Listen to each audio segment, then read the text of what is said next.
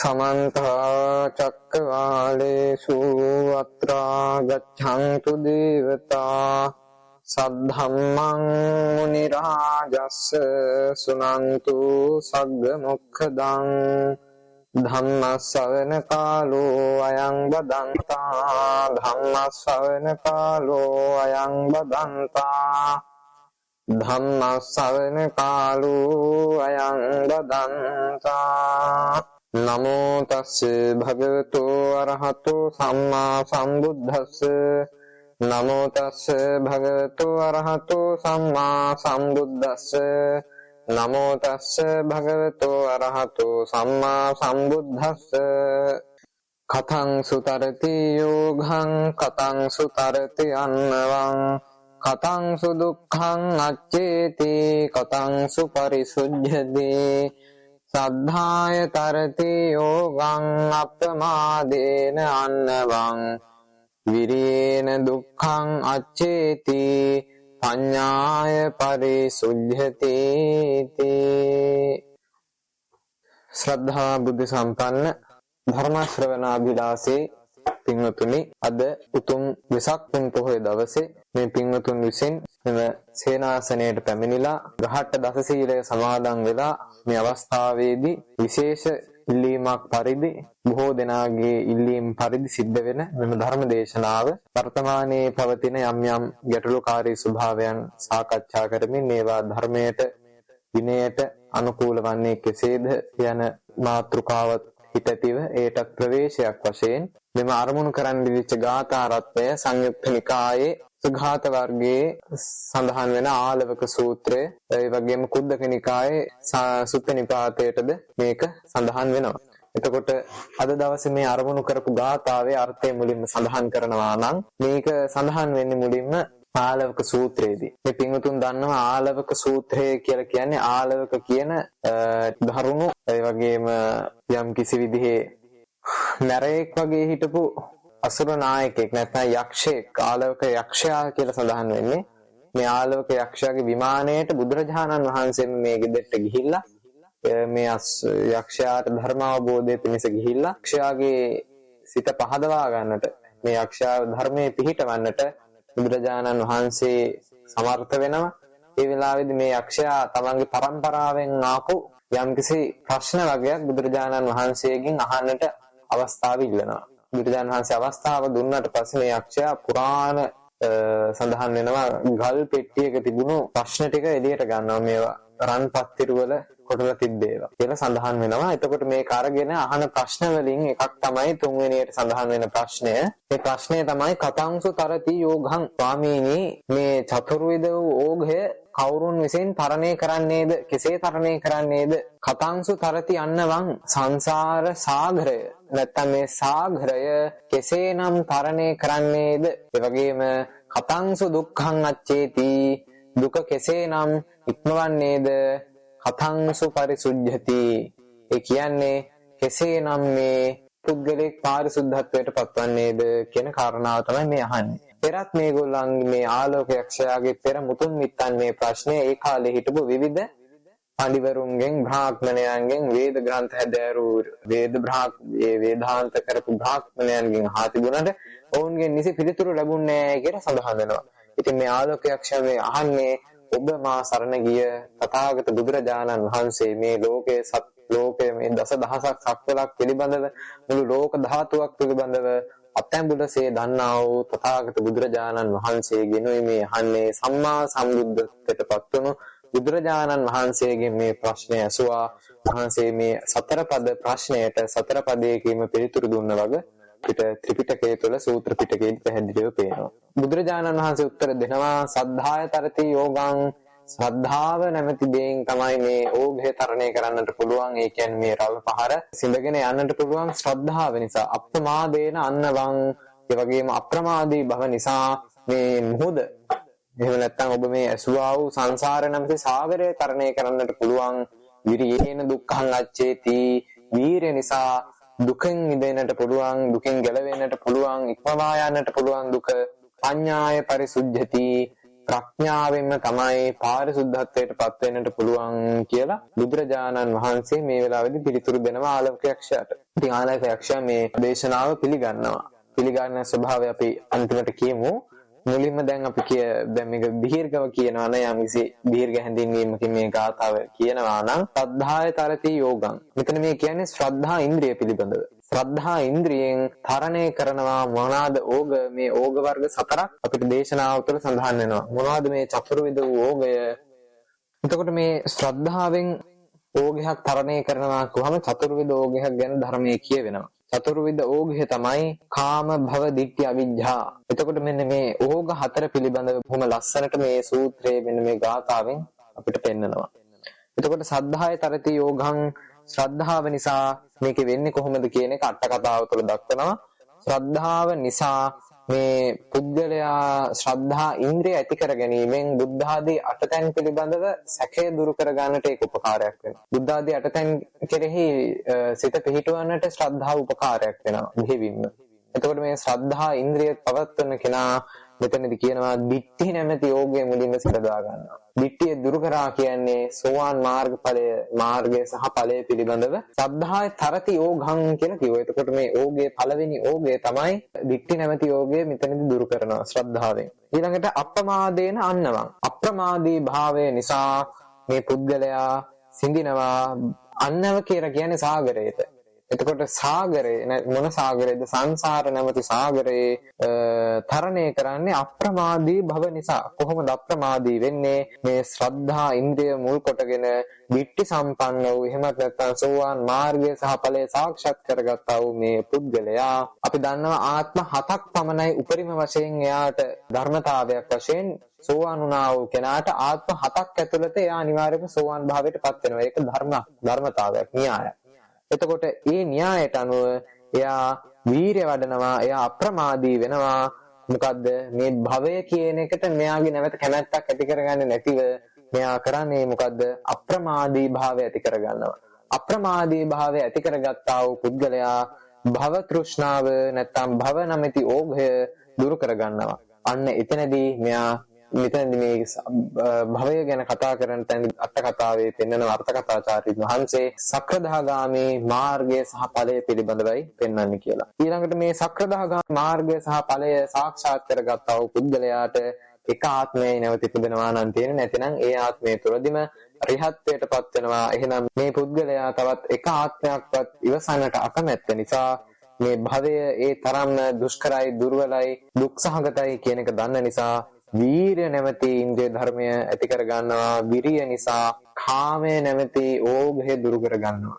එතකොට මේ කාමය නැමැති ඕඝය දුරු කරගත්තා වූ මේ පුද්ගලයා ඊළඟට තව එක ධර්මයයි තියෙන්නේ. මේ කාමය නැමැති ඕඝය දුරු කරගත්තා. ඒ කියන්නේ වීරිය නැමැති ඉන්ද්‍රිය ධර්මය ඇති කර ගැනීම තුළින් දුරවන්නා වූ කාමය අනාගාමී මාර්ගය සහ ඵලය පිළිබඳව විස්තරය මෙතනදී සඳහන් කරනවා. ඒ කියන්නේ අනාගාමී මාර්ගය සහ ඵලය සාක්ෂාත් කරගත්තා කියන එක. ඊළඟට ප්‍රඥාව පඤ්ඤාය පරිසුජ්ජති කියලා සඳහන් කරා. එහෙනම් මේ අනාගාමී මාර්ගයට පත් වුණා වූ ඵලයට පත් වුණා වූ පුද්ගලයා ප්‍රඥාව ඇති කර ගන්නවා. මෙයාට ඇතිවන්නා වූ මේ ප්‍රඥාව නිසා මේ චතුරාර්ය සත්‍ය වසන්නා වූ අවිද්‍යාව නැමැති මෝහය මුළු මුනින්ම සිඳ දමනවා. ඒ සිඳ දැමීමත් සමගම මේ පුද්ගලයා බුදුපසේ බුදු මහරහතන් නම් කිසි ලෙසින්ද චතුරාර්ය සත්‍ය අවබෝධ කරගැනීමෙන් නිර්වාණයට පැමිණි. අන්න ඒ ලෙසින් මේ පුද්ගලයා අග්‍රමාමහ නිර්වාණ ධාතුවට පත් වෙනවා. ඒ කියන්නේ රහත් ඵලය, අරිහත් ඵලය ලබා ගන්නවා. එහෙමනම් අපි දැන් මුලින්ම කතා කරමු ශ්‍රද්ධාව කියන එක කොහොමද මෙතනදී බලපවත්වන්නේ කියලා. අපි දන්නවා ශ්‍රද්ධාවේ කොටස් දෙකක්. ආමූලිකා ශ්‍රද්ධාව, ආකාරවතී ශ්‍රද්ධාව. බහුතරයක් තියෙන්නේ බහුතරේ බොහෝ දෙනාට මේ කෙලෙස් ස්වභාවය නිසා ආමූලිකා ශ්‍රද්ධාව. හැබැයි වටින්නේ ආකාරවතී ශ්‍රද්ධාව ඒකාන්තයෙන්ම වටින්නේ. එතකොට මේ ආකාරවතී ශ්‍රද්ධාව තුළ මේ ඉන්නා වූ කෙනා දික්ටි සම්පන්න වීමට උත්සාහ කරන කෙනෙක්. යම් කිසි කෙනෙක්ට හිතෙන්නට පුළුවන් ශ්‍රද්ධාව නිසා පින් කරගන්නවා. දැන් උදාහරණයක් වර්තමානයේ තිබෙච්ච ගැටලුවක් තමයි අපි මේ පින්වතුන් පවා හොඳින් දන්න බොහොම සිල්වත් තමන්ගේ ආජීවය පවත්වගෙන යන ගෞරවනීය දේශකයන් වහන්සේ නමක් බොහොම ප්‍රසිද්ධ. ඒ ස්වාමින් වහන්සේ බුදුරජාණන් වහන්සේ වෙනුවෙන් බොහොම කටසරුප්පාකාරයට ධාර්මිකව කිසිදු ආජීවයේ අපාරිශුද්ධ භාවයකින් තොරව පාරිශුද්ධව යම්කිසි ගන්ධ කුටියක් නිමවා බුදුරජාණන් වහන්සේට පූජා කරනවා. පූජා කළා මේක සමාජ මාධ්‍ය තුල ප්‍රචාරය වෙනවා. බොහෝ දෙනාට අනුමෝදන් වෙන්නට අවස්ථාවක්. කුසල ඡන්දේ තියෙන පුද්ගලයෙක්ට, ඒ වගේම මේ ධර්මයේ මනාව දන්නා වූ කෙනෙක්ට මේ මහා කුසලය දැකලා අනුමෝදන් වෙන්නට පුළුවන් අවස්ථාවක්. හැබැයි බොහොම දුක්ඛිත විදිහට කියන්න සිද්ධ වෙනවා. ඇත්තටම කිව්වොත් බොහොම කලකිරීම සහගතව සිද්ධ වෙනවා.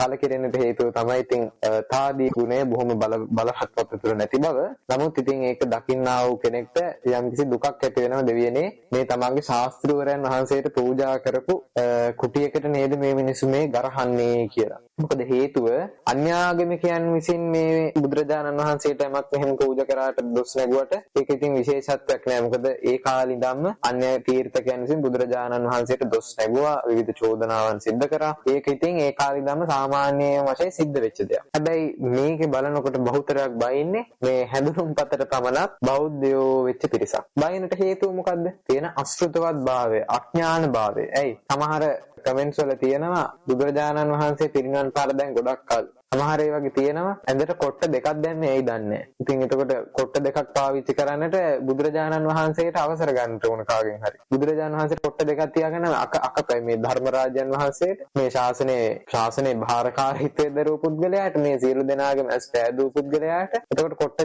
දෙකක් තියා ගැනීම යම්කිසි අකපභාවයක් තියෙනවා කියලා දකින්නට. ඒ කියන්නේ එක් පුද්ගලයන්ගේ දෘෂ්ටි කෝණය, ඕනෝන්ගේ දෘෂ්ටිය තමන්ගේ පෞද්ගලික විදිහට පමණයි බලන්නේ. තමන්ගේ හිත දූෂ්‍යයිද?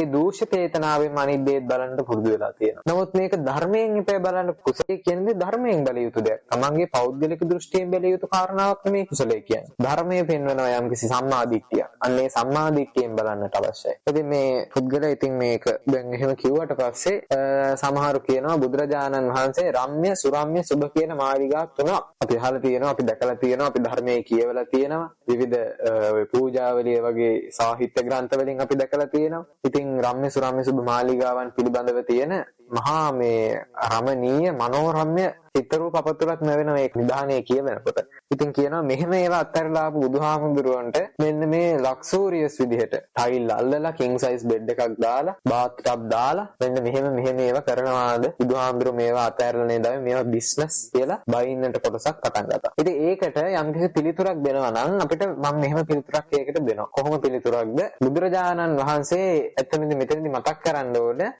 දැන් මේ දේශනාවට දෙපැත්තකට විවේචනයේ හොඳයි කියලා මේක විවේචනය කරයි, මේක නරකයි කියලාත් විවේචනය කරයි. ඕනම දෙයක දෙපැත්තක් කතා කරනවානේ සමාජයේ විසින්. අපි කෙටියෙන් උදාහරණයක් ගත්තොත් සාහිත්‍ය ග්‍රන්ථයක්නේ, බොහොම ප්‍රශස්ත සාහිත්‍ය ග්‍රන්ථයක් සැලලිහිණි සංදේශය කියන්නේ. ආගේ ග්‍රන්ථයක්. ඉතින් මේකෙදී යම්කිසි පිරිසක් සාහිත්‍ය ලෝලීන්, සාහිත්‍ය දරයන්, සාහිත්‍ය පිළිබඳව, භාෂාව පිළිබඳව ආඥයන් මේක බොහොම වර්ණනාවට ලක් කරන ශ්‍රේෂ්ඨ කෘතියක්. බොහොම වටිනා අදහස් තියෙනවා. අපි තුලත් සාහිත්‍ය රසය නැවත ඇති කරන කෘතියක් කියලා මේකෙදී මේ තොටගමුවේ ශ්‍රී රාහුල සත්භාෂා පරමේශ්වරයන් වහන්සේව වර්ණාවට ලක් කරනවා. ඒ වගේම තවත් පිරිසක් මේකෙදී උන්වහන්සේව විවේචනයට ලක් කරනවා. කියන්නේ කෘතිය කොහොමද මේ අවුරුදු 7න් මහාන වෙච්ච හාමුදුරුවෝ කොහොමද මේව දන්නේ මොනවද මේකේ තියෙන්නේ? මේක සමහර තැන්වල ස්ත්‍රී ලාලිත්‍ය පිළිබඳව, කාන්තා ලාලිත්‍ය පිළිබඳව බොහොම තියුණුව සියුම්ව කියන තැන් තියෙනවා. සරාගිකව. ඒක කෙනෙක්ට සරාගය උපදවන්නට සමර්ථ විදිහට ඒ කාව්‍ය නිෂ්පාදනය වෙලා තියෙනවා. පද්ද ගෙතිලා තියෙනවා. ඒකට මේ කවියක තියෙනවානේ ඉසිවන උවන ඉඟ සුගත හැකිමිටින ඉසිපුළු ලුකුලරිය සපියරු තිසර තන ආදී වශයෙන්. ඉතින් එතකොට අහනවා ආම්දුරු පන්සලේ ඉඳගෙන මේව දන්නේ කොහොමද? එතකොට සමහර විවේචනවල තියෙනවා හරි ඉසිවන උවන ඉඟ සුගත හැකිමිටිනත් කියමු යනකොට එනවනේ ඉසිපුළු ලුකුලරිය සපියරු තිසර තන කියලා දන්නේ කොහොමද? ඇයි එතකොට මේ කිරි බීලා හැදිච්ච කෙනෙක්, සමාජයේ ජීවත් වෙච්ච කෙනෙක්, ඇස් දෙකක් තිබිච්ච කෘතග්ජන භික්ෂුවක් නෙමෙයි තොටගමේ රාහුල ආම්දුරු කියන්නේ. අන්න ඒ වගේ විවේචනාර්ථ දෙපැත්තක් තියෙනවා ඕනම දෙයක. ඉතින් මේකටත් හොඳයි කියලා විවේචනයෙන්වත් පුළුවන්, අනිවාර්යෙන් එනවා. වැරදි කියලා විවේචනයක් වෙන්න පුළුවන්, ඒකත් අනිවාර්යෙන් එනවා. නමුත් මෙතනදී ආරාධනාව කරන්නට ඕන මේක අහන බහුතරයක් දෙනාට, බොහෝ දෙනාට මේක පැවිද්දන් විසින් ගත යුතු කොටස් මේක අතිශයින්ම සීමිතයි. ඒ කියන්නේ ධර්ම කාරණා ගන්නට පුළුවන් යම් කෙනෙක් අදනුවත් භාවයේ තියෙන කෙනෙකුට දැනුවත් වෙන්නට ධර්ම කාරණා විනය කාරණා උපුටා ගන්නට පුළුවන්. නමුත් මේකේ උපදේශ ශීර්ෂයෙන් දෙන ඒවා බහුතරය මේ වර්තමානයේදී කෝපාවිෂ්ඨ වෙලා ඉන්න කිපී සිටින බහුතරයක් ගිහි ජනතාවට තමයි මේකෙන් ගමක් ගන්නට තියෙන්නේ. අද වගේ පොය දවසක ශාසනය වෙනුවෙන් මේ ඇති වෙලා තියෙන විපර්යාසය කතා කිරීම ශාසනයේ කොටස් කරුවෙක් වශයෙන් ශාසනයේ සිටින භික්ෂු කුලකයට එහෙම නැත්නම් පැවිදි කුලකයට අයිති පුද්ගලයෙක් වශයෙන් කතා කිරීම යුක්ති සහගතයි සාධාරණයි. ඉතින් ආරාධනා කරනවා මේ මිනිස්සුන්ට නැත්නම් මේ ගිහි පැවිදි දෙපාර්ශවයටම මේ දොස් නගන විවේචන කරන පව් පුරව ගන්න අකුසල් පුරව ගන්න රැස් කර ගන්න මෙයට ආරාධනා කරනවා ධර්මයේ විනය මදක් පෙරලා බලන්න. ත්‍රිපිටකය මදක් පෙරලා බලන්න. විනය පිටකය මදක් පෙරලා බලන්න. ඒ වගේම විශේෂ වශයෙන් මතක් කරනවා මේ බුදුරජාණන් වහන්සේගේ කුටිය පිළිබඳව කතා කරපු අයට ඒ වගේම මේ භික්ෂුන් වහන්සේලා කුටි සේනාසන හදාගෙන තියෙන ඒවටත් දැන් දොස් නගනවා. පැවිද්දන්ට AC මොකටද? ටයිල් කරගෙන ඉන්නේ තාට්ටු දෙකේ තුනේ ගොඩ නැගිලි මේ මාලිගාවල් වල වගේ ඉන්නේ. කොහොම වෙන්නද පැවිදි උනේ? ඔහොම කියලා විවේචන යනවා. අන්න ඒගොල්ලන්ට මේ වෙලාවේදී ආරාධනා කරනවා චුල්ලවග්ගපාළියේ සේනාසනක් හන්දකය පැය දෙක තුනක් අරගෙන පැයක් දෙකක් අරගෙන පොඩ්ඩක් කියවන්න අටුවාව සමග සමන්ත පාසාදිකා විනයට කතාවත් එක්ක අරගෙන කියවන්න කියන ආරාධනාව තබමින් ඔන්න දැන් කතාවේදී මේ මාතෘකාවේ ඉදිරි කොටස අපි කතා කරගෙන යමු. එතකොට බුදුරජාණන් වහන්සේ රම්‍ය සුබ මාලිගා අත්හල බව සත්‍යයි. ඒක නිශ්චිතයි. ග්‍රන්ථකරණයේදී අපිට මූලාශ්‍රයන් හම් වෙනවා. එතකොට ඊළඟට අහන්නට පුළුවන් බුදුරජාණන් වහන්සේ එතකොට බුද්ධත්වයට පත් වුණාට පස්සෙත් හිටියේ නිකන් මැටි පැලක් වගේ තැනක එහෙම නැත්නම් පොඩි පැල් කෑල්ලක් ගහගෙන නැත්නම් පොඩි මැටි කෑල්ලක නිකන් තමන්ගේ ඇඟේ ප්‍රමාණයට විතරක් අරගෙන නිකන් පොඩි තැනකද හිටියේ කියන ප්‍රශ්නේ අහනවා මේ වෙලාවේදී. මොකද මේ ධර්මයේ එහෙම නැත්නම් මේ බුද්ධ ශාසනයේ ඉතිහාසය පිළිබඳව පොඩ්ඩක් හරි දැන නිකන් උඩින් අත ගාලා තියෙන හරි කෙනෙක් ඉන්නවා නම් ඒ පුද්ගලයා දන්නවා මේ බුද්ධ ශාසනයේ ප්‍රධාන වශයෙන් විහාර පූජාවන් දෙකක් අපිට කතා කරන්න පුළුවන්. මහා වශයෙන්. ඒ තමයි පළවෙනි පූජාව බිම්බිසාර රජුරන් විසින් වේළුවන පූජාව සිද්ධ කළා වේණුවනාරාමය. දෙවෙනුවට විශාඛා මහෝපාසිකාව විසින් දිට්ඨි සම්පන්න සෝවාන් මාර්ගයේ සිටිය විශාඛා මහෝපාසිකාව විසින් බුදුරජාණන් වහන්සේට පූර්වාරාමය හදලා පූජා කරා. එතකොට මෙතනදී අපි අපිට කතා කරන්න තියෙනවා මේ බුදුරජාණන් වහන්සේ මේ පූර්වාරාමය පිළිගත්තා නෙවෙයිද වේළුවනාරාමය පිළිගත්තා නෙවෙයිද? මොකද මේකේ සමහරු කියනවා මේ අර ගන්ධ කුටිය හදපෙකට ඔය සල්ලි ටික වියදම් කරලා පිළිකාරෝහලට මේ කන්ද නැති මිනිස්සු ඉන්නවා කන්ද නැති මිනිස්සුන්ට යමක් කරන්න තිබ්බා කියලා ඔන්න විවේචනයක් කරනවා. ඉතින් එතකොට දැන් අපි නිදානය ගැන කතා කරමු. මේ පූර්වාරාමය ඇති වෙන්නට හේතු වෙච්ච විශාඛාව මහා මේර පළඳනාව පැනලගෙන එනවා මේ විහාරයට. පළඳගෙන ඇවිල්ලා යම්කිසි තැනකදී මේක ගලවලා තියෙනවා. යනකොට මේක අරන් යන්න අමතක වෙනවා. අපේ ධර්ම භාණ්ඩාගාරික ආනන්ද තෙරුන් වහන්සේ මේක දකිනවා. දැකලා අරන් තියෙනවා ආපු දවසට දෙන්න. ආපු දවසේදී කියනවා නැගිනින්නේ මේක දාලා ගිහලා දැන් අරගෙන යන්න. ඒලා විශාඛාව කියනවා නෑ ස්වාමීනි මේ සේන විහාරය තුල තියෙන දේ මම නැවත අරගෙන යන්නේ නෑ. ඒ ගමන ආනන්ද ස්වාමීන් වහන්සේ කියනවා මට මේක පිළිගන්නටත් බෑ. එහෙමනම් කියනවා හරි මම මේකෙන් යමක් කරලා සංඝයාට පූජා කරනවා. ඒ ගමන කියනවා ආනන්ද ස්වාමීන් වහන්සේ ඒක ඉතින් තුෂ්ණීම් භාවයෙන් ඉවසනවා. ඊට පස්සේ මේ වෙලාවේදී විශාඛාව මේක විකුණන්න හදනවා. විකුණද්දි මේකේ වටිනාකම 9 කෝටියක්. අහවණු 9 කෝටියක් වටිනවා මේ මහා මේල කියන පළඳනාව. මේක මහා පුණ්‍ය ශක්තියක් ඇති කෙනෙක්ට පහළ වෙන්නා වූ ලැබෙන්නා වූ ආභරණයක් ලෙස අපේ ධර්ම ග්‍රන්ථවල සඳහන් වෙනවා. එතකොට මේ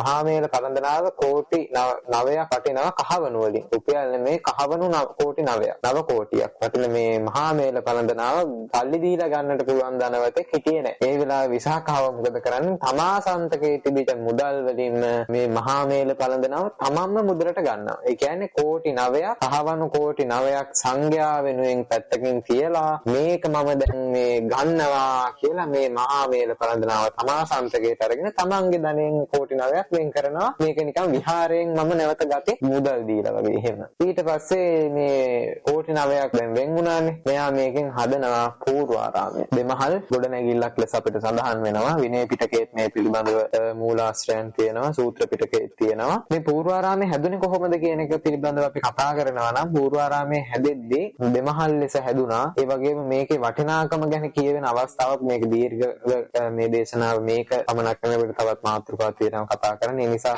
මේ කතාව කෙටියෙන් සිහි කරන්නේ. එතකොට මේ විශාඛාවගේ ඉහෙලියක් එනවා තමන් සන්තකේ තිබුණා වූ ධනෙ සම්පූර්ණයෙන්ම වැය කරලා කහවණු 10000ක් වටින සලුවක් අරගෙන ඇවිල්ලා විශාකාවට කියනවා නැගෙනියනි මිතුරියනි මට මෙන්න මේක ඔබ විසින් මේ නිම වූ ආවාසයට අංගාවාසයට పూర్ව ආරාමයට මට පූජා කරන්න ඕන. ඒ ගමන විශාකාව කියනවා හොඳයි කමක් නෑ හැබැයි මම ඕක ඔබට පූජා කරන්න එපා මෙහි තියන්න තැනක් නෑ කිව්වොත් ඔබේ හිත රිදෙනවා. ඒ හින්දා ඔබම මේ ගිහිල්ලා මේකේ දෙමහලම බලලා සුදුසු තැනක් ඇතොත් ඕක දාන්න කියලා කියනවා. ඊට පස්සේ මේ ඉහෙලිය ඉතින් මේ పూర్වාරාමේ උඩ තට්ටුවේ යට තට්ටුවේ දෙකේම ඇවිද යනකොට තියෙන හැම පාපිස්සක් පවාම මේ සලුවට ඒ කියන්නේ කහවණු 10000කට වඩා වටිනා හැම පාපිස්සක්ම හැම කුටියකම තිබ්බ. ඒ ගමන් මේ ඉහෙලිය අන්තිමට පැත්තකට වෙලා අඬනවා. අඬනකොට මේක දකිනවා බොහෝ දෙනා වෙනුවෙන් හිතවමු වෙච්ච ආනන්ද ස්වාමීන් වහන්සේ. දැකලා මේ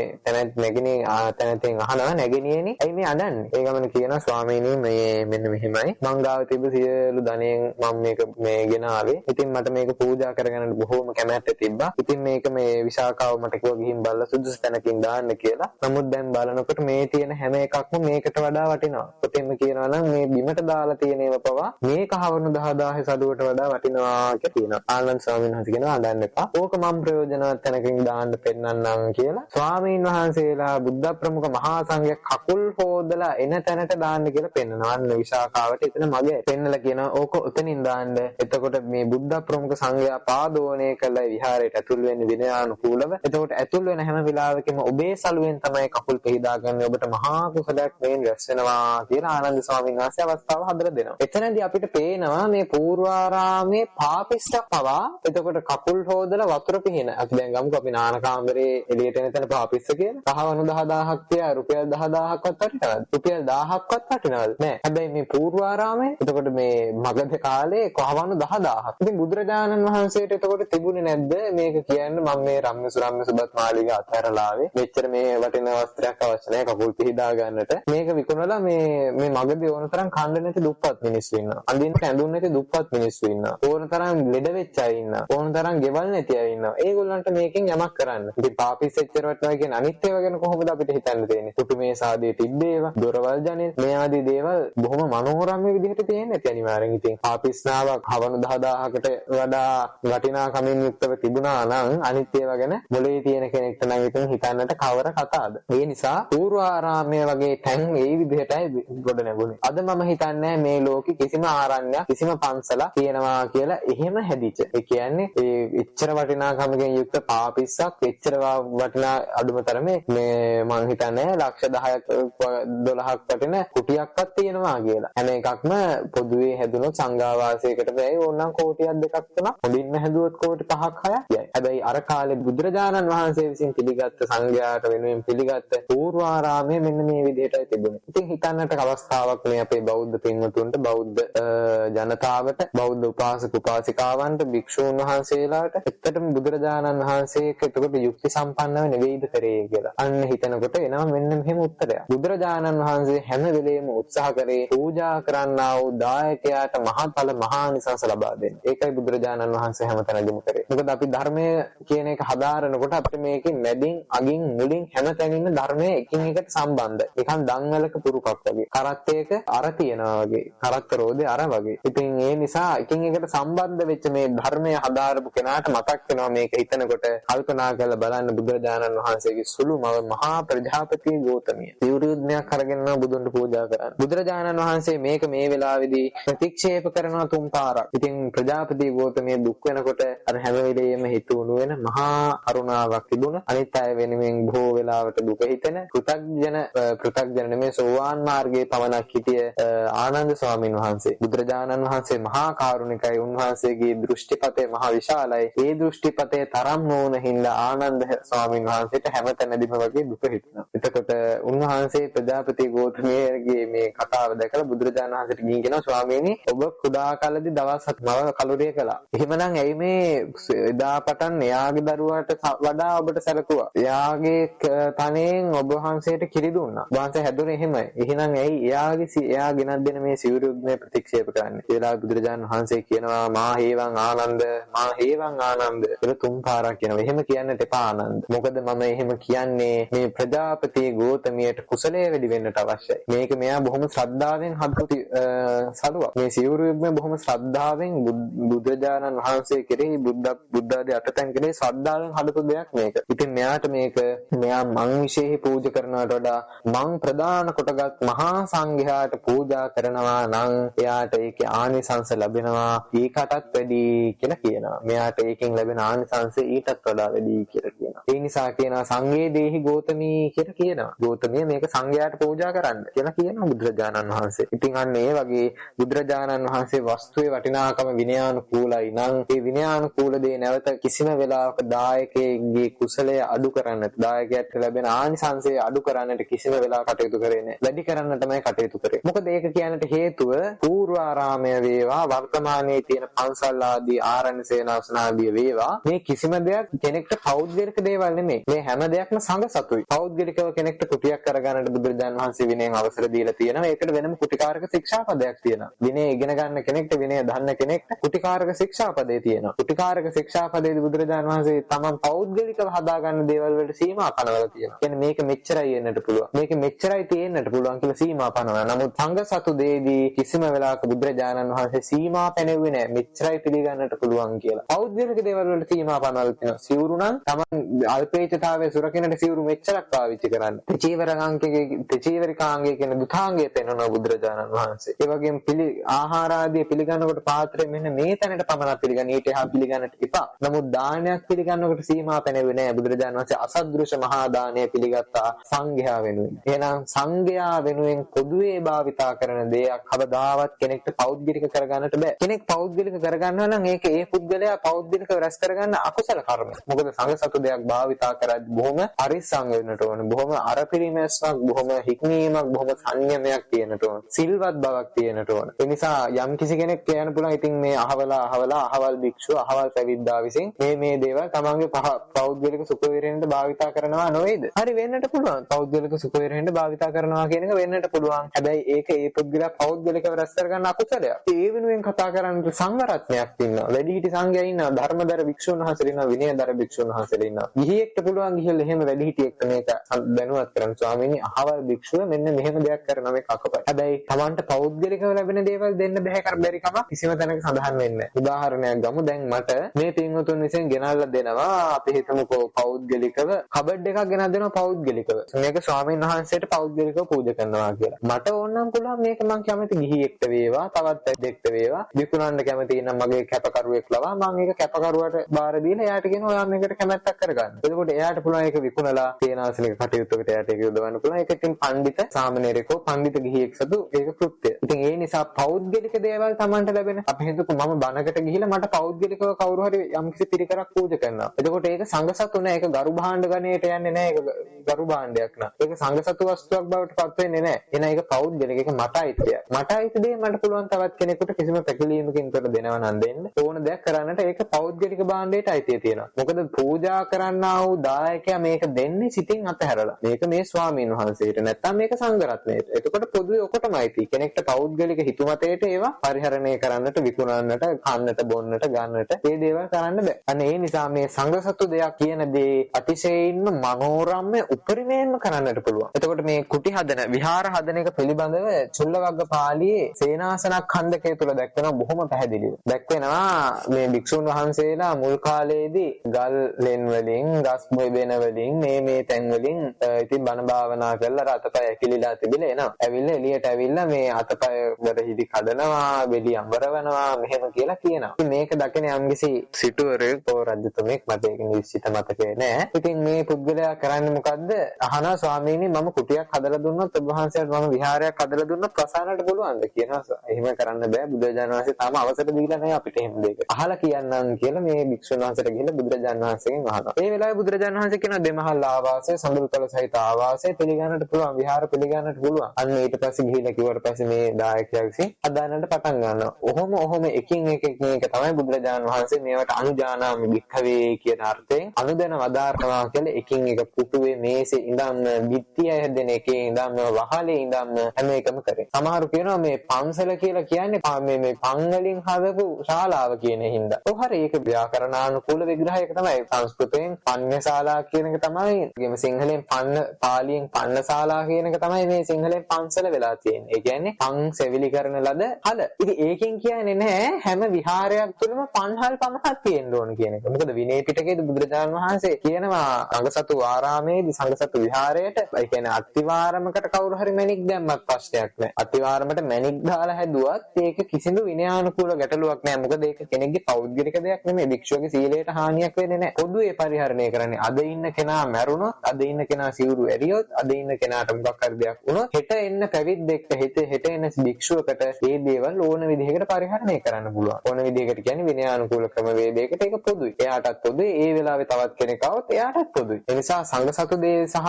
පෞද්ගලික දේ කියන එක පටලවා ගන්නට එපා. භික්ෂුවකට පෞද්ගලිකව තමයි මිල මුදල්, රන් රිදී ආදී දේවල් පිළිගන්නට බැරි ඒවා අනාමාස වස්තු වශයෙන් විනය පිටකයේදී පෙන්නනවා. ඒකට ඒව පටිඝාණය තහනම්. දැන් ගහට දස සීලේදී සාමණේර දස සීලේදී අපිට පෙන්නනවා ජාත රූප රජත පටිඝානා වේරමණී සික්ඛාපදං සමාදියාමි කිය. එතකොට මේ ජාත රූප රජත ආදී දේවල් පටිඝාණය. ඒ කියන්නේ පිළිගැනීම. මේ පිළිගැනීම කියන එකත් අපි යම් කිසි මට්ටමකින් කතා කරන්නට අවශ්‍යයි. මේක වෙලාව නෙමෙයි. කෙටියෙන් කිව්වොත් අතට පිළිගන්නේ නැහැ කියන එක පමණක් පිළිගැනීම නෙමෙයි. ඒක යම් කිසි විදිහකින් අපි හිතමුකෝ අතට පිළිගන්නේ නැතුව මේ සුඩින් තියන්නේ කිව්වයි කියලා පෞද්ගලික තමන් ගන්න දෙයක් නෑ. එහෙම කරන්නත් බෑ. ඒකත් පටිඝාණයම තමයි. හැබැයි යම් භික්ෂුන් වහන්සේලා ඒ ක්‍රමවේද අනුගමනය කරනවා ඒවා වැරදි. පිළිගන්නට බැයි නම් බුදුරජාණන් වහන්සේ අක්නවා කැටිමිකොත් කැපකරුට දෙන්න කියන එකවත් අපිට ඍජුව කියන්නට බෑ. අපිට ඒක වක්‍රාකාරයෙන් කියන්නට පුළුවන් කමක් තියෙනවා.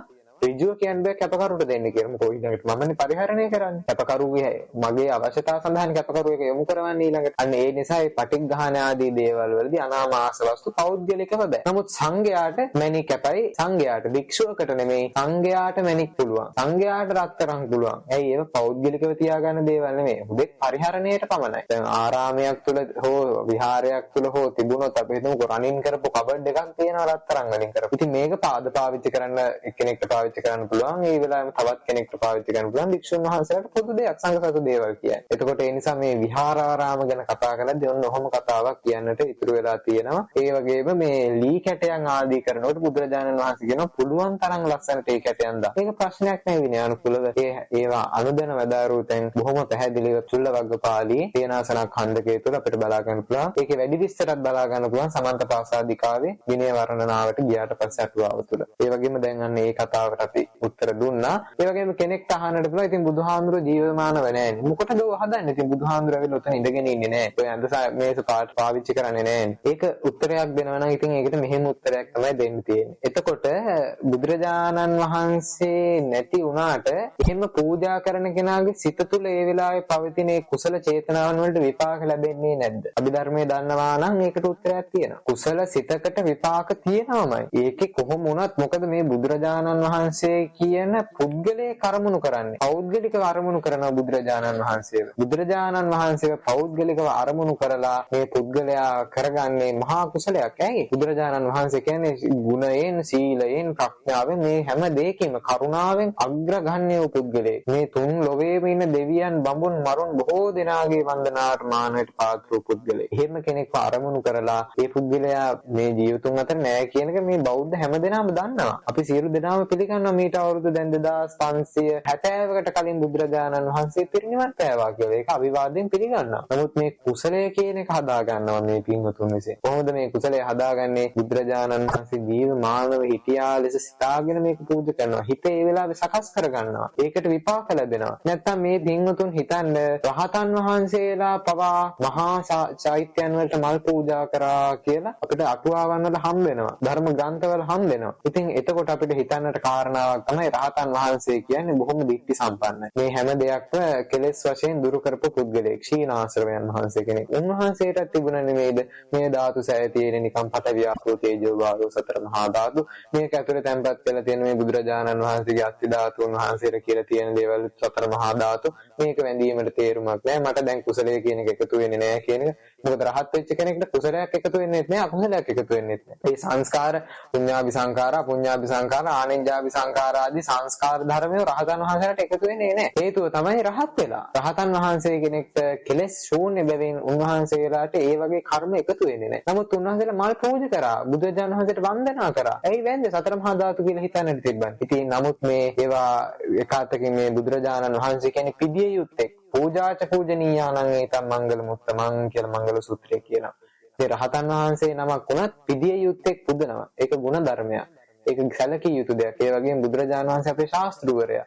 මේ පෘථග්ජන අපිට කුසලයේ අවශ්‍යයි. කුසලයේ නිසා තමයි අපිට යම්කිසි අපේ නිර්වාණයට පවා අපිට කුසලයේ දෙහිමින් උපකාරයයි. ඒ කුසලයේ උපකාරය කියන්නේ ත්‍රි හේතුක උත්කෘෂ්ඨ කුසලයේ විපාකයක් වශයෙන් තමයි ත්‍රි හේතුක උප්පත්තියක් ප්‍රතිසන්දියක් ලැබෙන්නේ. ත්‍රි හේතුක ප්‍රතිසන්දියක් තියෙන කෙනෙක්ට පමණයි රහත් වෙන්නට පුළුවන්කම තියෙන්නේ. එහෙනම් කුසලයේ නෑ, කුසලයේ එපා, කුසලයේ වැඩක් නෑ කියලා කියන්නට කිසිම කෙනෙක්ට පදනමක් නෑ. එහෙනම් මේ කුසලය කියන එක බුදුරජාණන් වහන්සේ අපි පූජා කරන දානේ වළඳන්නේ නෑ කියන එක අපි ඇත්තටම දන්නවා. නමුත් අපි මේ වෙලාවේදී හිත හදාගන්න ජීවමාන බුදුරජාණන් වහන්සේට මම මේ ඉදිරිපස තියාගෙන පූජා කරනවා. මේ හිත තුළ මොන තරම් පිරිසිදු ශාන්ත වූ අදහසක් ඇති වෙනවද? ඒ ශාන්ත වූ අදහසට තමයි චිත්තං පුනාතේති පුඤ්ඤං හදයන් පුනාතේති පුඤ්ඤං කියලා සඳහන් කරේ. සිතේ ඇති වෙන පිනායම, අධිහිවතේ ඇති වෙන පිනායම තමයි පින. කුසල ඡන්දයෙන් යුක්ත පිනායමට තමයි පින කියලා කියන්නේ. එහෙනම් ඒ පින විපාක දෙන්න ගත්තාම මොන තරම්නම් කුසල් වල ඒ විපාක ලැබෙනවද අපිට?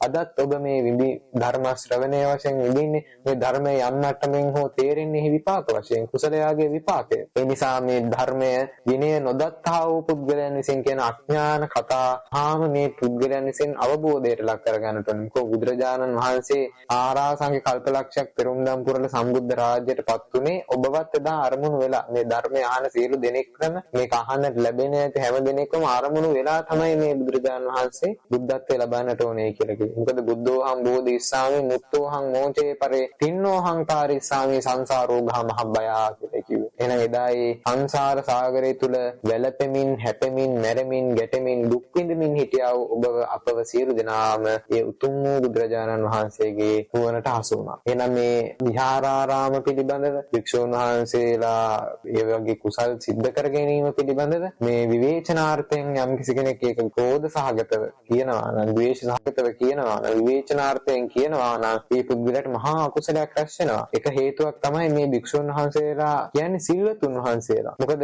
යම් කිසි කෙනෙක්ට දැන් කියන්නට පුළුවන් අපි ඔන්න දැන් ඊළඟ මාතෘකාවට ප්‍රවේශය ගන්නවා.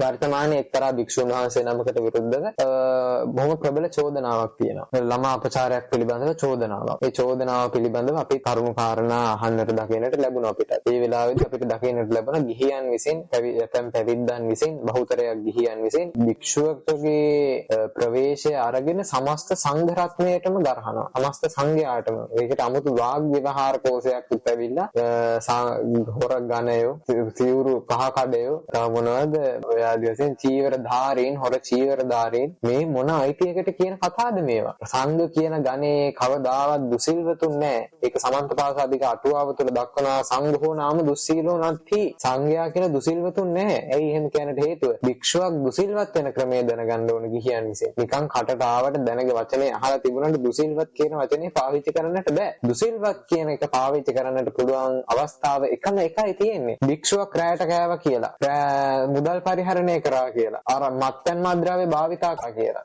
සින්දු ඇහුවයි කියලා, නැටුවා කියලා, මේ දේවල් වලින් භික්ෂුවක් දුසිල්වත් වෙන්නේ නැහැ. ඔයගොල්ලෝ දැනගන්නට ඕන ධර්මයේ විනය. විනය පිටකයේ තුලයි බුදුරජාණන් වහන්සේ මේ භික්ෂුවකගේ හික්මීම චර්යාව පිළිබඳව පෙන්වන්නේ. ඒ වගේ දඬුවම්වත් පෙන්වන්නේ, වත්මානක් පෙන්වන්නේ, භික්ෂුවගේ විනය පිළිබඳ විග්‍රහ කරන්නේ විනය පිටකේ. දැනගන්නට ඒක විනය පිටකේ හදාරලා. එතකොට විනය පිටකයේ බුදුරජාණන් වහන්සේ කියනවා භික්ෂුවක් පරාජිකා වුණොත් පමණයි දුසිල්වත් වෙන්නේ. එතකොට පරාජිකා කියන ටික ඉගෙන ගන්න. සතර පරාජිකාවක් තියෙනවා, අවශේෂ වශයෙන් සූවිසි පරාජිකා තියෙනවා. එතකොට මේ පරාජිකාවකටපත් වුණොත් විතරයි භික්ෂුවක් දුසිල්වත් භාවයටපත් වෙන්නේ. ඉතින් මෙහා අර ශික්ෂාපද ප්‍රදාන වශයෙන් 227ක් තියෙනවානේ. එතකොට පරාජිකා 4 අයින් කරගත්තට පස්සේ 222ක් තියෙනවා. එතකොට මේ 222ම කැඩුනත් අර ප්‍රධාන 4 ආරක්ෂා වෙලා තියෙනවා නම් ඒ තාකේ භික්ෂුව සිල්වත්. යම්කිසි අවස්ථාවක මේ භික්ෂුවට හැදෙන්නට අර 222ේම අවස්ථාව තියෙනවා. ඒ හැම එකක්ම දේශනා ගාමිනී ආපත්‍යයෙන්. ඒවට වත්මානවත් පුරන්නට පුළුවන්, ඒවත් දේශාගෙන පිරිසිදු වෙන්නට පුළුවන්. මොකද අකුසලයේ කියන්නේ එකක්, ආපත්‍ය කියන්නේ එකක්. සීලය කියන්නේ එකක්, අකුසලයේ කියන්නේ එකක්. සීල් කැඩුනොත් අකුසල් වෙනවා. හැබැයි අකුසලයේ හදන්න බෑ. නමුත් නැවත සීලය හදා ගන්නට පුළුවන්. අන්න ඒකයි ස්වභාවය. නමුත් අර සතර පරාජිකා ආදී දෙයකදී නැවත එයාට උපසම්පදාව ලබන්නට බෑ. භික්ෂූත්වයක් ලබා ගන්නට බෑ. පරාජිකා වුණොත්. නමුත් ඒ ශාසනය තුළ සාමණේර වෙන්නට අවස්ථාවක් තියෙනවා. ප්‍රිය සංවාසක වුණොත් ඉතින් සාමණේරවවත් ඉන්නට බැරි කමක් වෙනවා. භික්ෂුණී දූසකටත් ශාසනයේ නැවත අවස්ථාවක් ලැබෙන්නේ නැහැ. ඉතින් ඒ නිසා වර්තමානයේදී භික්ෂුණීන් වහන්සේලා අපිට අප්‍රකට නිසා භික්ෂුණී දූසක කියන ගණය නැහැ. එහෙනම් අර තීය සංවාසක වුණොත් විතරයි යාට සම්පූර්ණ ශාසනයේ අයිතිය නැති වෙලා යන්නේ. අනිත් ඕනම වෙලාවක සාමණේර පැවිද්දෙන් ඉන්න පුළුවන් පරාජිකා වෙච්ච කෙනෙක්ට. ඒ නිසා දුස්සීල කියන වචනේ භාවිතා කරන්නට එපා. මෑතකදී දකින්නට ලැබුණ එක්තරා භික්ෂුන් වහන්සේ නමක් මද්ද්‍රව්‍ය භාවිතා කළා. අතිශයින්ම වැරද්දා. ඉතින් අර අමාපචාරය වුණත් ඒ අදාළ උක්ත භික්ෂුවගේ අතින් සත්‍ය වශයෙන් සිදු වුණා කියලා සඳහන් වුණොත් යම් කිසි දවසක ඒක ඔප්පුභාවයට පත් වුණොත් ඒකත් අනිවාර්යයෙන්ම දැඩි ලෙස පිහලා දකින්නට ඕන කටයුත්තක්. ඒකට නීත්‍යානුකූල දඬුවමුත් ඒ වශයෙන්ම ලැබෙන්නට ඕන කිඳු අඩුවක් නැතුව විනයානුකූලව සංඝයාට එකතු වෙලා සංඝාධිකරණ මට්ටමින් ලබා දෙන දඬුවමුත් ඒ විදිහටම ලබා දෙන්නට ඕන. ඒකෙදි කිසිදු අවිවාදයක් නැහැ. අපි ඒකෙදි කිසිදු සුද්ධ කිරීමක් කරන්නේ නැහැ. මේ කරන්නේ භික්ෂුව සුද්ධ කරන එක නෙමෙයි. මේකේ භික්ෂුවකට වරදක් පැටවෙන්නේ කොහොමද? ඒ වරදට ගිහියන්ට ගන්න පුළුවන් ක්‍රියාමාර්ග තිබෙනවාද? ඒ මොනවාද? භික්ෂුන් වහන්සේලා විසින් ඒ වගේ ක්‍රියා කරන්නට ඕන කොහොමද? ඒ යන්නේ ඒ කාරණා තමයි මේ කියන්නේ. එහෙම නැත්නම් මේ වැරදි එකක්වත් හොඳයි කියන්නට හදනවා නෙමේ. වැරද්ද අනිවාර්යෙන් වැරද්දම තමයි. ඒක භික්ෂුවකගේ අතින් වුණත්, පැවිද්දෙක්ගේ අතින් වුණත්, ගිහියෙක්ගේ අතින් වුණත්, මෞලවිතුමෙක්ගේ අතින් වුණත්, පූජකයෙක්ගේ අතින් වුණත් මේ කාගේ අතින් වුණත් වැරද්ද. ආයි ගිහියෙක්ගේ අතින් ළමා අපචාරය වුණා කියලා එක් වැරද්දක් සහ පැවිද්දෙක්ගේ අතින් ළමා අපචාරයක් වුණා කියලා තවත් වැරද්දක් කියලා දෙකක් නැහැ. ඒ අකුසලයේ වශයෙන් පැවිද්දාට වෙනම අකුසලයක් සිද්ධ වෙනවා. මොකද භික්ෂූත්වයක් තුළ ඉඳගෙන දැන පව කරනකොට අකුසලයේ වැඩි. දැනයි පව කරන්නේ. එතකොට දැන කරන කෙනාට අකුසලයේ වැඩි වෙනවා. ඒ නිසා මේ දැන අකුසලයේ කරන කෙනා භික්ෂුව නිසා ඒක එයාගේ පෞද්ගලික අකුසලයක්. ඒකේ විපාක විඳින්නේ මේ භික්ෂුව විසින්. හැබැයි මේකට විවේචන කරන්නට ගිහිල්ලා නොදැනුවත්වම මේ සම්පූර්ණ සංඝයාටම බැනලා දුසිල්වතුන් කියලා දුස්සීලවාදයෙන් සිල්වත් සංඝයාට ආමන්ත්‍රණය කරනවා. ඒ කියන්නේ අරක්කු බිව්වා කියන එක භික්ෂුවකගේ දුස්සීල වීමට හේතුවක් නෙමෙයි. ඒ අරක්කු බොනවා කියන එක ලෝකවද්‍ය ශික්ෂාපදයක්, අනිවාර්යෙන් අපායගාමී අකුසලයක්. මේ අකුසලයට විපාක ලැබෙනවා. නමුත් භික්ෂුවක් ඒත් වන්දනාවට සුදුසුයි. භික්ෂුවක් පූජනීයයි ඒතක්. මොකද ඒක අතනදී එක ශික්ෂාවයකට එන්නේ. ඒක දෙසාගෙන ඉවර වෙන්නට පුළුවන් ශික්ෂාවක්. භික්ෂුව අලජ්ජී වෙන කතාව හරියි. නමුත් දුස්සීල කියන වචනේ එතෙන්ට කියන්නට බෑ. බුදුරජාණන් වහන්සේ ඒක ප්‍රතික්ෂේප කරපු දෙයක්. ඒ නිසා භික්ෂුවක සතර පරාජිකාවට පත් වුණා කියන එක දැනගත්තොත්, ඒක අධිකරණයකින් ඔප්පු වුණොත්, සංඝාධිකරණයකින් සංඝයා තීරණය කරොත්, ඒ භික්ෂුව පිළිගත්තොත්, අන්න එතනදී දුස්සීලවාදය අපිට කතා කරන්නට පුළුවන්. නමුත් ඉන් මෙහාට කිසි කෙනෙක්ට අනිත් කුඩා ආපත්තීන් වලට පැමිණෙන භික්ෂුවකට දුස්සීලවාදයෙන් කතා කරන්න බෑ කියන එක මේ වෙලාවේදී දැඩිව සහ මේ පින්වතුන් කෙරෙහි අනුකම්පාවෙන් මතක් කරනවා. මොකද හේතුව මහා අකුසලයක් පුරව ගන්නවා. ඉතින් ඒ වගේ මේ ළඟට මාත් මතක් කරන්න ඕනේ යම්කිසි ගුරුවරයෙක්, බොහොම ප්‍රසිද්ධ ගුරුවරයෙක් කියනවා මේ පන්සිල් පද පහ කරගන්න බැරි අපි භික්ෂුන් වහන්සේලාට විවේචනය කරන්න ටිපා කියලා එයාගේ ශිෂ්‍යයන්ගෙන් ඉල්ලීමක් කරනවා. ඒ ඉල්ලීම අනිවාර්යයෙන්ම යුක්තිසහගතයි. මොකද ඒකේ පන්සිල් පද පහ කතාව පැත්තකින් කියමුකෝ. භික්ෂුන් වහන්සේ නමක්ට චෝදනාවක් කරන්නට මේ ප්‍රශ්නයකට සාක්ෂි ආවා කියන තැනින් චෝදනාවක් කරන්නට බෑ. බුදුරජාණන් වහන්සේ අධිකරණ සප්ත මහා අධිකරණ සමත පෙන්නනවා. ඒ අධිකරණ සමතයන් වලින් තමයි භික්ෂුන් වහන්සේ කෙනෙකුගේ දෝෂයක් බුදුරජාණන් වහන්සේ විනිශ්චය කරන්නට කිව්වේ. ඒකට යම්කිසි විනය ප්‍රතිපදාවක්, විනය ක්‍රමවේදයක් පෙන්නනවා. එහෙනම් ඒ ක්‍රමවේදයෙන් ඔප්පු වෙන තාක් ඒ භික්ෂුව සිල්වත්. ඒ වගේම නීත්‍යානුකූලවත් වැරදිකරු වෙන තාක් එයා සැකකරුවෙක් පමණයි. ඉතින් මේ නීතිය දන්නේත් නැහැ, ධර්මයක් විනයක් දන්නේත් නැහැ. කොහේ මේ රැල්ලට කෑ ගහලා අන්තිමට නැති අකුසල්, කොහෙවත් යන අකුසල් කන්දරාවක් තමන් විසින්ම පුරව ගන්නවා. අනුන්ගේ මල් වත්තේට තමන් අත ගහන්නේ මොකටද කියන එක මේ වෙලාවෙදී පොඩ්ඩක් හිතන්නට ඕන. ඒ භික්ෂුවක් අකුසල් කරගත්තා නම් තමන්ට පුළුවන් කොටසක්. තමන් ඒ භික්ෂුව ගැන තමන්ට සැකයක් තියෙනවා නම් ඒකට තාම නිශ්චිත විනිශ්චයක් ලැබුණ නැත්නම් ඒක වැරද්දක්ද නැද්ද කියලා Tamanට ඒක පිළිබඳ සැකයි නම් Tamanට පුළුවන් වර්ජනය වෙන්නට. Tamanට පුළුවන් දානේ ආදී දේවල් නොදී ඉන්න. ඊට පස්සේ හැබැයි තව කෙනෙක් වෙන දෙයක් වළක්වන්න බෑ. ඒක අකුසලයක්. Tamanට නොදී ඉන්නට පුළුවන් හිතන මට මේකේ සැකයක් තියෙනවා. ඒ සැකය දුර වෙනකම් මම දෙන්නේ නැහැ. එතකම් මම වන්දනා කරන්නේ නැහැ. එතකම් මම ගරු මුහුබන් කරන්නේ නැහැ. හැබැයි එතකම් දොස් නගන්නත් එපා. ඔප්පු නොවුණු දෙයකට කවදාවත් දොස් නගන්න එපා. මොකද මේ ලෝකයේ මේ සමාජයේ දැන් පවතින්නේ ඇත්තක් නැත්ත කරන්නට නැත්තක් ඇත්ත කරන්නට බොහොම ලේසි. ඇති සාක්ෂි නැති කරනවා මේ සමාජයේ විසින් ඕන තරම්, නැති සාක්ෂි ඇති කරනවා ඕන තරම්. ඒ නිසා අපිට දෙයක් දැකාවෝ පමණින් දෙයක් විනිශ්චය කරන්න බෑ. අපි ඒක පිළිබඳව ගැඹුරු අධ්‍යයනයක් කරන්නට ඕන. ඒ පිළිබඳව නිශ්චිත විනිශ්චයකට අපි පැමිණෙන්නට ඕන. එතකන් කෙනෙක්ට දොස් නගනවා කියන්නේ ඒක අන්තිම පහත් වැඩක්. ඒ වගේම මේක අඥානයක් තුළ තියෙන ක්‍රියාවක්. බුදුරජාණන් වහන්සේ කවදාවත් භික්ෂුවකට පැමිණිච්ච චෝදනාවක් එකපාරට විනිශ්චය කරේ නැහැ. මොකද බුදුරජාණන් වහන්සේට බැරුවද? අපි වගේ බුදුරජාණන් වහන්සේට දිබ්බ චක්කු දිබ්බ සෝතාදියක් තිබ්බා. මුළු සක්වලක් ලෝක ධාතුන් පිළිබඳව බලන්න පුළුවන් බුදුරජාණන් වහන්සේට. හැබැයි ඒ අදාළ පුද්ගලයා ගැනලා කරුණු කාරණා විමසිලිමත් වෙලා සියලු දෙනා ඉදිරියේදී තමයි මේ විනිශ්චය ලබා දුන්නේ. එහෙනම් බුදුරජාණන් වහන්සේට වඩා ශ්‍රේෂ්ඨ කෙනෙක් මේ වෙනකොට මේ ශාසනය පහළ වෙන්නට ඉඩයක් නැහැ. එහෙනම් ඒ නිසා මේ බුද්ධ විනයක් තියෙනවා. බුදුරජාණන් වහන්සේ පනවපු ක්‍රමවේදයක් තියෙනවා. ඒක අනුගමනය කරන්නට ඕන. ඉතින් මේ විදිහට අර නොදැනුවත්ව දොස් නගලා අකුසල් පුරව ගන්න වෙලාවේ ගුරුවරයෙක්ට යුක්තියක් තියෙනවා තමන්ගේ ශිෂ්‍යයන්ට උපදේශයක් දෙන්න.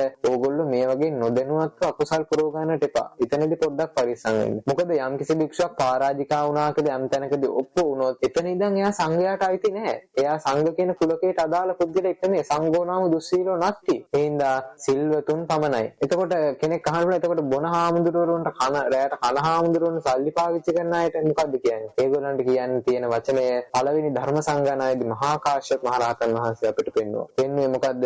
ලජ්ජී රක්කිස්සති ලජ්ජී රක්කිස්සති ලජ්ජී රක්කිස්සති කියලා තුන් පාරක් උදම් වෙනවා. ඒ කියන්නේ ලජ්ජීන් විසින් තමයි මේ ශාසනය ආරක්ෂා කරන්නේ. ලජ්ජී භික්ෂුන් වහන්සේට ඉතුරු වෙනවා තවමත් ඕන තරම් ඉන්නවා. ශික්ෂාපද අතිශයින්ම පන ජීවිතයසේ ආරක්ෂා කරන භික්ෂුන් වහන්සේලා අදටත් ඉන්නවා. ඒ නිසා මේ සංඝ කියන කුලකයට බයිනකොට අතිශයින්ම ප්‍රවේශම් වෙන්නට ඕන. මාර්ගඵල සහිත භික්ෂුන් වහන්සේට අදටත් අප්‍රකට වැඩි ඉන්නවා. මේ බුදුරජාණන් වහන්සේ දේශනා කළා මේ කාලේ පහළ වෙන්න පුළුවන් කියන එක. ඕන තරම් ධානා අභිඥා තියෙන භික්ෂුන් වහන්සේට වැඩ ඉන්නවා. සිල් ගුණ දහම් පුරන භික්ෂුන් වහන්සේට වැඩ ඉන්නවා. ඒ නිසා සංඝ කියන කුලකයට බයිනකොට එකපාරක් දෙපාරක් 10 පාරක් නෙමෙයි කෝටි ප්‍රකෝටි වාරයක් හරි හිතලා ඒකෙන් වළකින්නට ඕන. ඒක හිතර කරන්නට එපා කිසිම වෙලාවක. ඒ නිසා ඒක ඒ වෙලාවේ ඒ වශයෙන් මතක් කරන්නට ඕන. ඊළඟට නැවතත් තවත් ප්‍රවේශයක් ගන්නවා.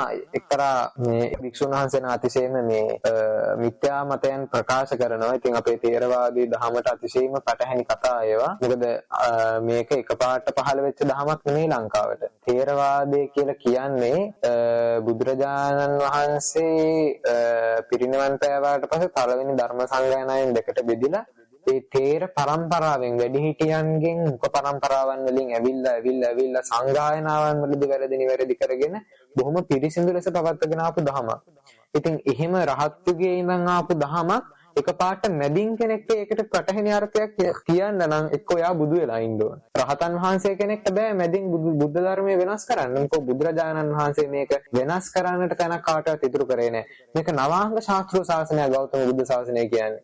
බුදුරජාණන් වහන්සේ සුත්ත ගෙය්‍ය වේයාකරණ ඉතිවුත්තක ජාතක ආදී වශයෙන් මේ නවාංග ශාස්ත්‍රීය ශාසනය දේශනා කළා. මේ නවාංග ශාස්ත්‍රීය ශාසනය දේශනා කරන නිසා මේක මැදින් අගින් කාටවත් නැවත එකතු කරන්නට ධර්ම කොටස් ඉතුරු කරේ නැහැ. සුවාසෝ දහසක් ධර්මස්කන්ධය දේශනා කළා යුතුයකම් ඉෂ්ට කළ තමයි බුදුරජාණන් වහන්සේ අනුපාදිශේෂ පරිනිර්වාණයටපත් උනේ. එහෙනම් කිසිම කෙනෙක්ට මේකට නැවත අලුතෙන් දේවල් එකතු කරන්නට මේ තේරවාදයෙන් පවත්වාගෙන ආපු දෙයක් ප්‍රතික්ෂේප කරන්නට එහෙනම් ඊට වඩා ස්වයංභූ ඥානයක් ඇති වෙන්නට නම් බුදු වෙලා ඉන්නට ඕන. ඒ නිසා කිසිම රහතන් වහන්සේ කෙනෙක්ටවත් සිව්පිලිසිඳියාපත් රහතන් වහන්සේ කෙනෙක්ටවත් ඊට මෙහෙන් ඉන්න අය ගැන ඉතින් කතා කරන්න දෙයක් නැහැ. ඒ නිසා එහෙම කිසිම හැකියාවක් ලැබෙන්න විදිහක් නැහැ. මොකද බුද්ධ ශාසනයක් මුල ඉඳන් පවත්වාගෙන එනකොට මේ මුල් යුගයේ අය දන්නවා පසු යුගයේ අයට වඩා ධර්මයේ පිළිබඳව. මුල් යුගයේ අයට ඒ බාහනක පරම්පරාව වලින් එන අයට ත්‍රිපිටකය පිළිබඳ අවබෝධය තියෙන වර්තමානයේ ත්‍රිපිටකය දන්න භික්ෂුවකට වඩා. ඒක අවිවාදයෙන් ඕන කෙනෙක් පිළිගත යුතු කාරණාවක්. කෙනෙක්ට අවබෝධ වීමේ ශක්තියක් වැඩි වෙන්නට පුළුවන් නැත කාලෙදී. ඒ අවබෝධ වීමේ ශක්තිය අර තේර පරම්පරාවට එළියෙන් යන්න විදිහක් නෑ. මොකද මේ තේර පරම්පරාව තුළ රහතන් වහන්සේලා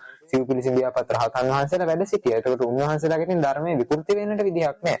ආපු දේම නිසි විදිහට පවත්වගෙන ගියා. අදටත් ඒක පවත්වගෙන යනවා තේර පරම්පරාව. ඒ නිසා යම්කිසි භික්ෂුවක් මෑතකදී සමාජ මාධ්‍ය තුළ කියනවා ඒ භික්ෂුව ඉතින් ඇත්තටම කිව්වොත් මේ මම කීපයක්ම ශ්‍රවණය කරා එදින දසවස්තුක මිත්‍යා දෘෂ්ටිය. බොහොම වැඩි උතුම් ලෙස මේ ප්‍රචලිත කරනවා මේ දසවස්තුක මිත්‍යා දෘෂ්ටිය. මොකද පරලෝකයක් නැහැ, නත්ති අයං ලෝකෝ, නත්ති පරලෝකෝ ආදී වශයෙන් මේ දසවස්තුක මිත්‍යා දෘෂ්ටිය ප්‍රචාරය කරන්නේ. කියනවා මේ දලදා මාලිගාව සහ අටම ස්ථානය කියන මේ පූජා භූමීන්ට ලැබෙන ආදායම බොහොම වැඩි කියනවා. මොකද වැඩි ඇති. මොකද විදේශ දෙපාර්ශ්වයෙන්ම ආදායම් ලැබෙනවානේ. පඳුරු පාකුලන් ලැබෙනවා, පිරිකර ලැබෙනවා, ආදාර ලැබෙනවා. ඒ නිසා වැඩි. ඇත්තටම ලොකු ප්‍රමාණයක් ලැබෙනවා. ඉතින් මම අහලා තියෙනවා දියවඩන නිලමතුමාගේ එක්තරා සමාජයේ ආමන්ත්‍රණය කරන වෙලාවක මාසික ආදායම හෙන්න ලොකු වටිනාකමක් කිව්වා. ඉතින් ඒකෙදි බොහෝ දෙනා ඉතින් කියනවා මෙහෙම මේවා අවතාර ලෙස භාවිතා කරනවා කියලා. කියන්න පුළුවන්. ඉතින් අවතාර ලෙස භාවිතා කරනවා කියනකොට ඒ වගේ විපාක ඒ පුද්ගලයන් තම තමන් පෞද්ගලිකව රැස් කරගත්ත දේවල්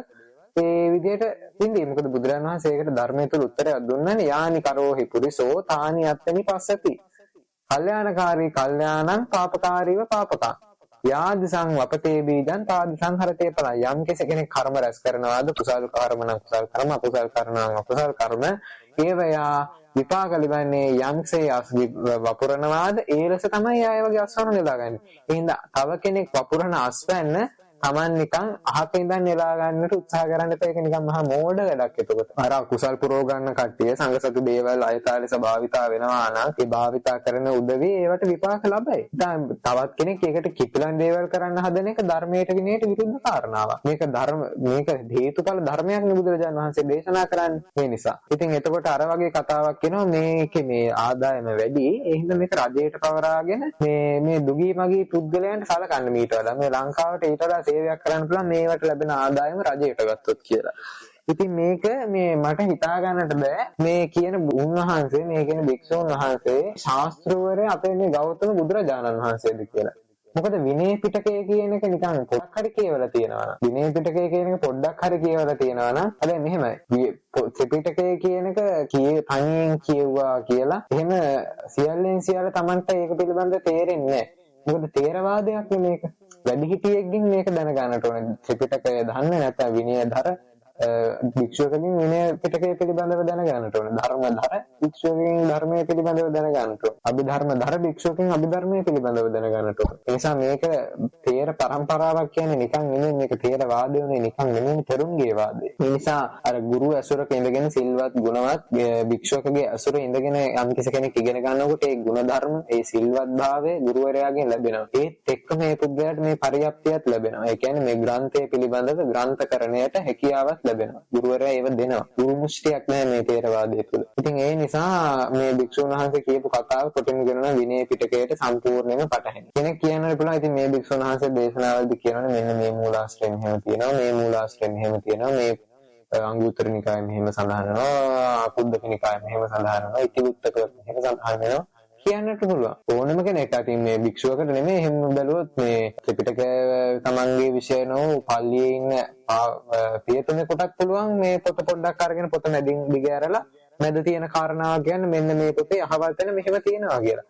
හැබැයි මේ ධර්මයේ කියන එක හාත්පසින් එන කාරණාවක්. බුදුරජාණන් වහන්සේ කියන්නේ මේක සර්පෙක් ඇල්ලුවා වගේ අල්ලන්න එපා කියලා. අගින් ඇල්ලුවොත් හපනවා, මැදින් ඇල්ලුවොත් හපනවා. එහෙනම් මුලින් අල්ලන්න පටන් ගන්න ඕනේ. බෙල්ලෙන් අල්ලගත්තොත් තමයි සර්පෙක් අල්ල ගන්න පුළුවන්. නැත්නම් අල්ලගත්තොත් අග්ගාර නැවිලා හපනවා, දෂ්ට කරනවා. ඒ නිසා මේක අර අහින් මෙහින් ඇහිඳගෙන ධර්මයේ දේශනා කරොත් එතකොට ඒ ධර්මයේ විකෘති වෙනවා. ඒ ධර්මයේ වැරද්දක් වෙනවා. මොකද මේක මුල මැද අග කියන තුන් තැනම බොහොම සාර්ථකව දේශනා කරපු ධර්මයක් නේ. ඒ නිසා ඉතින් මේක ධර්මයට විනයට විරුද්ධයි කියන්නට හේතුව තමයි මේ අටම ස්ථානය දලදා මාලිගාව ආදී ස්ථානවල ලැබෙන ආදාර ආදී දේවල් ලැබෙන්නේ ශාසනය වෙනුවෙන්. ඇතැම් විට බුදුරජාණන් වහන්සේට බුද්ධ සන්තකව පූජා කරනවා දලදා මාලිගාවට රුවන්වැලිසෑයට මිනිස්සු පූජා කරන දේවල් බුද්ධ සන්තකව පූජා කරනවා බුදුරජාණන් වහන්සේට. ඊළඟට බුදුන්ගේ දේ අයිතිය තියෙනවා වතබාර භික්ෂුවකට. ඒක යම් කිසි ක්‍රමවේදයක් අටුවාව තුළ කියනවා. ඒක මේ වෙලාවේදී පැහැදිලි කරන්නේ නැහැ. ඉතින් ඒ විදිහට වතබාර භික්ෂුවකට බුද්ධ වතභාර භික්ෂුවට යමක් අයිතියක් තියෙනවා මේ බුදුරජාණන් වහන්සේට ලැබෙන දේවල් වල. ඒ ආදී වශයෙන් මේක බුද්ධ සන්තකයි එහෙම නැත්නම් සංඝ සන්තකයි. පෞද්ගලික දේවල් ලැබෙන්නේ අටමස්ථානෙටවත් දලදා මාලිගාවටවත් පෞද්ගලිකව කිසි කෙනෙක් පූජාවක් කරනවා කියන එක බොහොම දුර්ලභ වෙන්නට පුළුවන්. නමුත් බහුතරයක් ඔය පූජා වෙන දේවල් පූජා වෙන්නේ ශාසනය වෙනුවෙන්. එක්ක රුවන්වැලිසෑය ආදී තැනක නම් ඒ ස්ථාන සංවර්ධනය කරන්නට. එතකොට ඒව නව කර්ම සඳහා ලැබෙන දේවල්. විහාරාරාම සංවර්ධනයට ලැබෙන මුදල් නව කර්ම සඳහා. එතකොට ඒක සංඝයා වෙනුවෙන් ලැබෙන්නේ. කෙනෙක්ට පෞද්ගලිකව ඒක වියදම් කරනවා නම් ඒක ඒ පුද්ගලයා අතිශයින්ම කරන දිනෙන් විනයානුකූලව ආපත්‍යයෙන් චෝදනා කළ සංඝයා විසින් ගැටහිය යුතු කාරණාවක්. පෞද්ගලිකව පරිහරණය කරන සංඝ සතුදේ. ඉතින් එහෙම තියෙන ශාසනයක් තුළ ගරු භාණ්ඩ ආදී දේවල් තියෙන ওই තැන්වල ගරු භාණ්ඩ පූජා වෙනවා. එතකොට මේ මුදල් කියන දේ රජයට තියා දැන් බුදුරජාණන් වහන්සේලා බුදුරජාණන් වහන්සේවත් සංඝ සතුදයක් පෞද්ගලිකව පරිහරණය කරන්න බෑ මේ විනයට අනුව. ඒ නිසා රජය කියන දෙයට කිසිම විදිහකින් මේ විහාරාරාම වලට ලැබෙන ආදායමට මේ ඒක රාජසන්තක කරගන්නට කිසිම කතාවක් නෑ. ඉතින් එහෙමනම් මේ කරන්නට හදන්නේ අර උතුම් කාන්දේ සරදියෙල් කියන චරිතය තුළ තියෙනවනේ මේ දුප්පතාගෙන් පෝසතාගෙන් අර හොරකම් කළා දුප්පතාට බෙදා හරින කතාව. අන්න එහෙම එකක් මේ කරන්න හදන්නේ. එහෙම ගත්තොත් දැන් මේ ලංකාව තුළ ධනවාදීන් ඉන්නවානේ. දැන් මිනිස්සු කතා කරන දේ තමයි පන්සල් වලට සල්ලි හම් වෙනවා වැඩි කියලා. අටම ස්ථානයේ දලදා මාලිගාව ආදී තැන් ප්‍රදාන අනිත් ස්ථාන වලටත් බහුතරයක් තැන් වලට මුදල් ගොඩක් ලැබෙනවා කියනවා. ඒක ලැබෙනවා හරි. ඒවා භික්ෂුන් වහන්සේලා අයථා ලෙස භාවිතා කරනවා නම් ඒක විනයානුකූලව විරුද්ධ කටයුත්තක්. ඒ වගේ මේ භික්ෂුන් වහන්සේලාට අප්‍රමාණ අකුසල් රැස් වෙනවා. අපි දන්නවා මේ ත්‍රිපිටකය තුළ දුසිල්වත් විශේෂයෙන්ම ප්‍රේත වස්තු තුළ වගේ දුසිල්වත් සිව්පසේ පරිහරණය කරපු අයට සංඝ සතුදේ අයථා ලෙස භාවිතා කරපු විපාක ලැබිච්ච විදිය. ගිනිගත් සිවුරු පාත්‍ර ඇතුව ශ්‍රමණ ප්‍රේතයන් ලෙස ඉපදුනා කියලා සඳහන් වෙනවා. ඉතින් ඒවට විපාක මේ කර්මානුරූපව ලැබෙනකොට තවත් කෙනෙක් මේකට කිපිලා ඒව කරන එක කිසිදු තේරුමක් නැහැ. ඒක මහා මෝඩයෙක්ගේ ලක්ෂණයක්. අශෘතවත් භාවයේ ලක්ෂණයක්. ඉතින් ඒ හින්දා මතක් කරන්න ඕනේ මේ අටමස්ථානය දලදා මාලිගාව ප්‍රමුඛ කරගත් මේ සංඝයාට අයිති කියන දේවල් වලට ලැබෙන දේවල් මොකෝ බලෙන් ගන්නෙ නෑනේ. දලදා මාලිගාවට බලෙන් කවුරුත් මුදල් එකතු කරගන්නේ නෑ. මේ පින්වතා කැමැත්තෙන් පූජා කරනවා. එතකොට එයාගේ පෞද්ගලික දේ එයාට කැමති විදිහට එයා වියදම් කරනවා. එහෙම එකතු වෙන ඒවාගෙන් තමයි ලොකු ප්‍රමාණයක් මුදල් එකතු වෙන්නේ. එතකොට රජයට අයිතියක් නෑ. ඒක ගන්නට රජයට කිසිදු මම හිතන්නේ නීත්‍යානුකූල අයිතියකුත් නෑ. නීත්‍යානුකූලව යම් කිසි ඒගොල්ලෝ අයිතියක් පෙන්නුවත් ධර්මයට අනුව ඒක අයිතියක් නෑ. ඒ නිසා ඒක කවදාවත් කරන්නට පුළුවන් කතාවක් නෙමෙයි. විශේෂයෙන්ම මේක භික්ෂුවක් විසින් මේ ධර්මය විනයක් දන්න වික්ත භික්ෂුවක් නම් මේ වගේ මෝඩ කතාවක් ඒ භික්ෂුවගේ කටෙන් කියවෙන්නට විදිහක් නෑ. ඉතින් අඥාන භාවය විදහාපාන අවස්ථාවන් මේවා. ඉතින් ඒ නිසා ඒක මතක් කරන්නට ඕන. මොකද මේ එහෙමනම් දැන් ලංකාවේ ඉන්නනේ ධනවතුන් නම් වශයෙන් සඳහන් කරොත් ධම්මික පෙරේර මහත්මයා. ඊළඟට කවුද අරලේ සහල් එකේ අධිපතිත්වයේ දරන ඩඩ්ඩි සිරිසේන මහත්මයා. ඔය ආදී වශයෙන් මේ නම් කියවන ඕන තරම් කෝටි ප්‍රකෝටි බිලියන ගණන් තමන්ගේ ගිණුම් වල තියෙන ධනවතුන් ලංකාවේ ඉන්නවා. එහෙනම් රජයේ විසින් ඕන පනවන්න ඕන ලංකා රජයේ යටතේ ඉන්න කෙනෙක්ට තියාගන්නට පුළුවන් මෙච්චරයි. මීට වඩා කෙනෙක් පෞද්ගලිකව මුදල් උපයනවා නම් නැත්නම් සමාගමක් වශයෙන් මුදල් එකතු කරනවා නම් ඒකේ අතිරික්ත කොටස සියල්ල රාජසන්තක වෙනවා කියලා අන්න එහෙම නීතියක් ගන්න ඕනේ. එහෙම කරනවා. මොකද සංඝයාට විතරක් මේක පහර ගැසීමක්. මම නම් පෞද්ගලිකව දැක්කේ මේ කතාව තුළ සම්පූර්ණයෙන්ම සංඝයාට පෞද්ගලිකව පහර ගැනීමක් සිද්ධ වුණේ. සංඝයාට සහ බුද්ධ ශාසනයට. මොකද මේක BBC පුවත්වල ගියා, මම හිතන්නේ අල් ජසීරා වලත් ගියා. ඒ වගේම මේ භික්ෂුන් වහන්සේලාවම මේක දැන් ටාගට් එක කරගත්තේ. මොකද ලංකාව තුළ ස්ත්‍රී දූෂණ ළමාපචාර ආදී කවුරු කරත් අතිශයින්ම වැරද්දක් ඒක. ඒක අපායගාමී වෙන අකුසලයක්, නීත්‍යානුකූල ප්‍රබල වැරද්දක් කියලා අපිට කියන්න වෙනවා. ඉතින් මේකෙදි මට හිතේ මම මේ මගේ පෞද්ගලික අදහසක් කියන්නේ මට හිතෙච්ච කාරණාව තමයි දැන් සංගණනා වල පවා බලනකොට මේ 2011 කොහෙද මට මතකයි ළමාපචාර 1000 ගාණක්. ඊට මෙහා දේවතැන් වලත් 1000 ගණන් 800 ගණන් 1500 600 කොහොම තියෙනවා. ඉතින් එතකොට මේ ලංකාවේ ඕන තරම් අයුක්ති සහගත විදිහට ළමා අපචාර යට යනවා. ස්ත්‍රී දූෂණ යට යනවා. දැන් උසාවියකදී ලෝයගේ අතේ ඔය කතා ගොඩක් දුවන්නේ සාක්ෂි හා ලෝය. ඒ කියන්නේ පෙරක දෝරුව. ඉතින් මේ කොච්චරනම් පෙරක දෝරුව ඇත්ත නැත්ත කරලා නැත්ත ඇත්ත කරලා අසාධාරණකම් කරනවද? ළමයි කොච්චරේ අසාධාරණකම් වලට මේ වෙනකොට ලංකාවේ ලෝක භාජනය වෙලා තියෙනවද? ඉතින් ඇයි මේ ලංකාවේ මිනිස්සුන්ට මේක මම හිතන්නේ මෙහෙමයි කීප දෙනෙක් අධර්මයේ ධර්මය බුද්ධ ධර්මය බුදුරජාණන් වහන්සේගේ බුද්ධ දර්ශනය බුද්ධ ආගම භික්ෂුන් වහන්සේලාට මඩ ගහන්නට මේක වැරද්දක් ලෙස ප්‍රචාරය කරන්නට දඟලපු අය එළියට දාපු මේ මතය අශෘතවත් මේ අපේ බෞද්ධ සමාජයේ මුදුන් මල් කඩක් වගේ අරගෙන මේක රැල්ලට දැන් බයින්න පටන් ගත්තා. රැල්ලට විවේචනය කරන්න පටන් ගත්තා. අනිත් එක සමාජ මාධ්‍ය වලින් මේක විවේචනය කරේ. සමාජ මාධ්‍යයක විවේචනය කළ කිසිම දෙයකට මේ පිළිතුරක් ගන්න පුළුවන් දෙයක්ද නිකන් අර ඒක නිකන් මේ අර ගෑනුන්ට පමණක් සීමා වෙච්ච වැඩක් නිකන් අර ගෑනු උපදූප ගමේ කතා වෙනවනේ තැන් තැන් වල. නමුත් මේ ගෑනුක කියවගත්තා කියලා කවදාවත් ඒක ප්‍රශ්නෙට විසඳුමක් ලැබෙන්නේ නැහැ නේ. එහෙමනම් මේ කට්ටිය ඒකට විරුද්ධව නඩු පවරන්න ඕන. නීත්‍යානුකූල ක්‍රමවේදයක් ගන්න ඕන. නිකන් මේ සමාජ මාධ්‍ය වලට ඇවිල්ලා කුණුහරුප කියාගෙන තමන්ගේ නිකන් තමන් මේ මාර චරිතයක් කියන එක පෙන්වන්න මම මෙහෙමයි මේවට අපි කතා කරන්න ඕන කියන මේ සංගයාට වෙච්ච හින්දානේ දැන් මේක මෙහෙම ආවේ. ලංකාවේ කොච්චර මීට වඩා ළමා අපතර වෙනවද ඉදිරියේදී වෙනවද? ඔය ඕකේ කතා කරපු අය අතර ඔය භික්ෂූන්ට විතරක් ගරහපු අය අතර කොච්චර ඇතිද ළමා අපචාරකයෝ, ස්ත්‍රී දූෂකයෝ කොච්චරනම් ඇතිද? ඕව යට ගහපු අය ඕව යට ගන්න උදව් කරපු අය කොච්චරනම් ඇතිද? එහෙනම් මේක මේ මම නම් දකින තනිකරම පෞද්ගලික යම්කිසි තරහක් පිළිමහව මේ ශාසනයත් එක්ක භික්ෂුන් වහන්සේලා එක්ක. මොකද මේ භික්ෂුවකගේ අතින් උනත් මේ වගේ දෙයක් වෙන්නට පුළුවන් කෙලෙස් ධර්ම වලට අනුව නීත්‍යානුකූලව නොවිය යුතුයි, ධර්මයට අනුව නොවිය යුතුයි, නොකළ යුතුයි. නමුත් ඕන කෙනෙක්ගේ අතින් වැරද්දක් වෙන්නට පුළුවන් පෘථග්ජන ස්වභාවයට අනුව. බුද්ධ ආගමේ ඉන්න කෙනෙක් නම්, බුද්ධ දර්ශනය පිළිගන්න කෙනෙක් නම් මේ කෙලෙස් කියන ඒවා පිළිබඳ අවබෝධයක් තියෙනවා නම් භික්ෂුවකගේ තුලින් රහතන් වහන්සේ නමක් බලාපොරොත්තු වෙන්නට බෑ.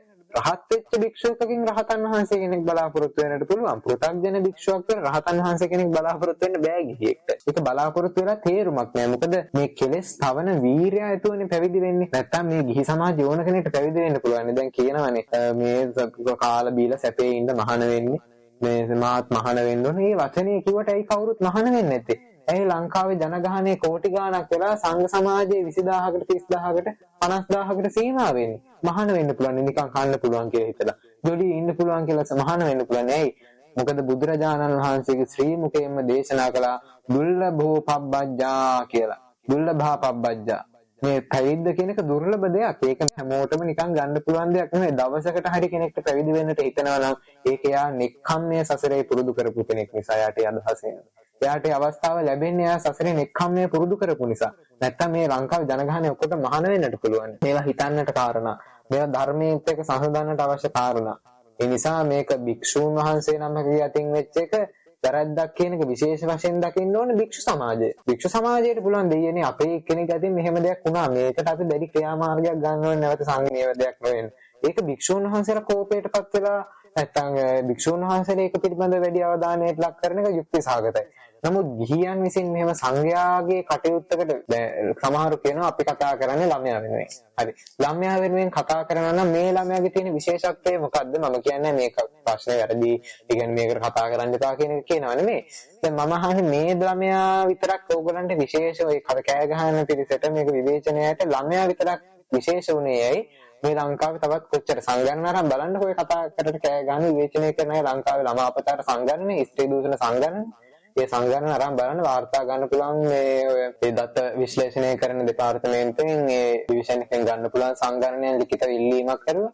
එතකොට ඒකෙන් අරගෙන බලන්න මේ ලංකාව තුළ මෙච්චර දැන් වෙලා තියෙනවා. එහෙනම් බලන්න දැන් මේක කී දෙනෙක්ගේ නඩුව යුක්ති සහගත විසඳිලා තියෙනවා. බැලුවොත් 150කට වඩා යුක්ති සහගත විසඳිලා තියෙනවා. මේ වගකීමෙන් මම කියන්නේ. ඒ නිසා එතකොට ඇයි මේගොල්ලන්ට ඒ ළමයි විශේෂ නැහැ, මේ ළමයි විශේෂයි. ඒ ළමයාට අනිත් ළමයින්ට වෙන අයුක්ති නෙමෙයි. මේ භික්ෂුවකගේ අතින් මේක වුණා නම් මේ වීම අයුක්ති. මේ ළමයාට තමයි අසාධාරණයි. මේක එතකොට හිතෙනවා ඕනම මොලේ ඇතුව බලන කෙනෙක්ට මේකට ප්‍රශ්නේ දිහා මධ්‍යස්ථව බලන කෙනෙක්ට මේක එහෙම හිතන්නට පුළුවන්. ඒ කියන්නේ මේක නිකන් මේ පෞද්ගලිකව ගහන වැඩක් නේ.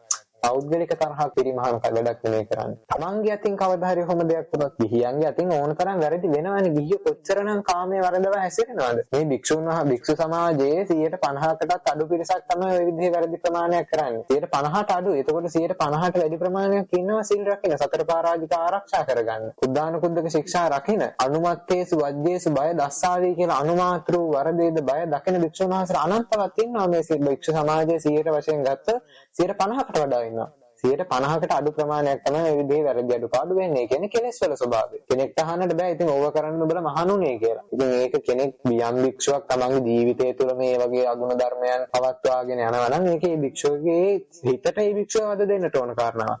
ගිහියට අයිතියක් නැහැ මේ ශාසනය ඔබ මහණුනේ ඕව කරන්නද කියලා. මොකද බුදුරජාණන් වහන්සේ නෙමෙයි ගිහිය කියන්නේ. ශාසනයේ මේ වගේ කටයුත්තකදී එහෙම අහන්න ඔබ මහණුනේ මොකටද? ඇයි ඔබ මහණුනේ කියලා එහෙම නිකන් සිවුරෙන් එළවෙන මට්ටමින් අහන්න දෙයක් කරන්න පුළුවන් බුදුරජාණන් වහන්සේට විතරයි.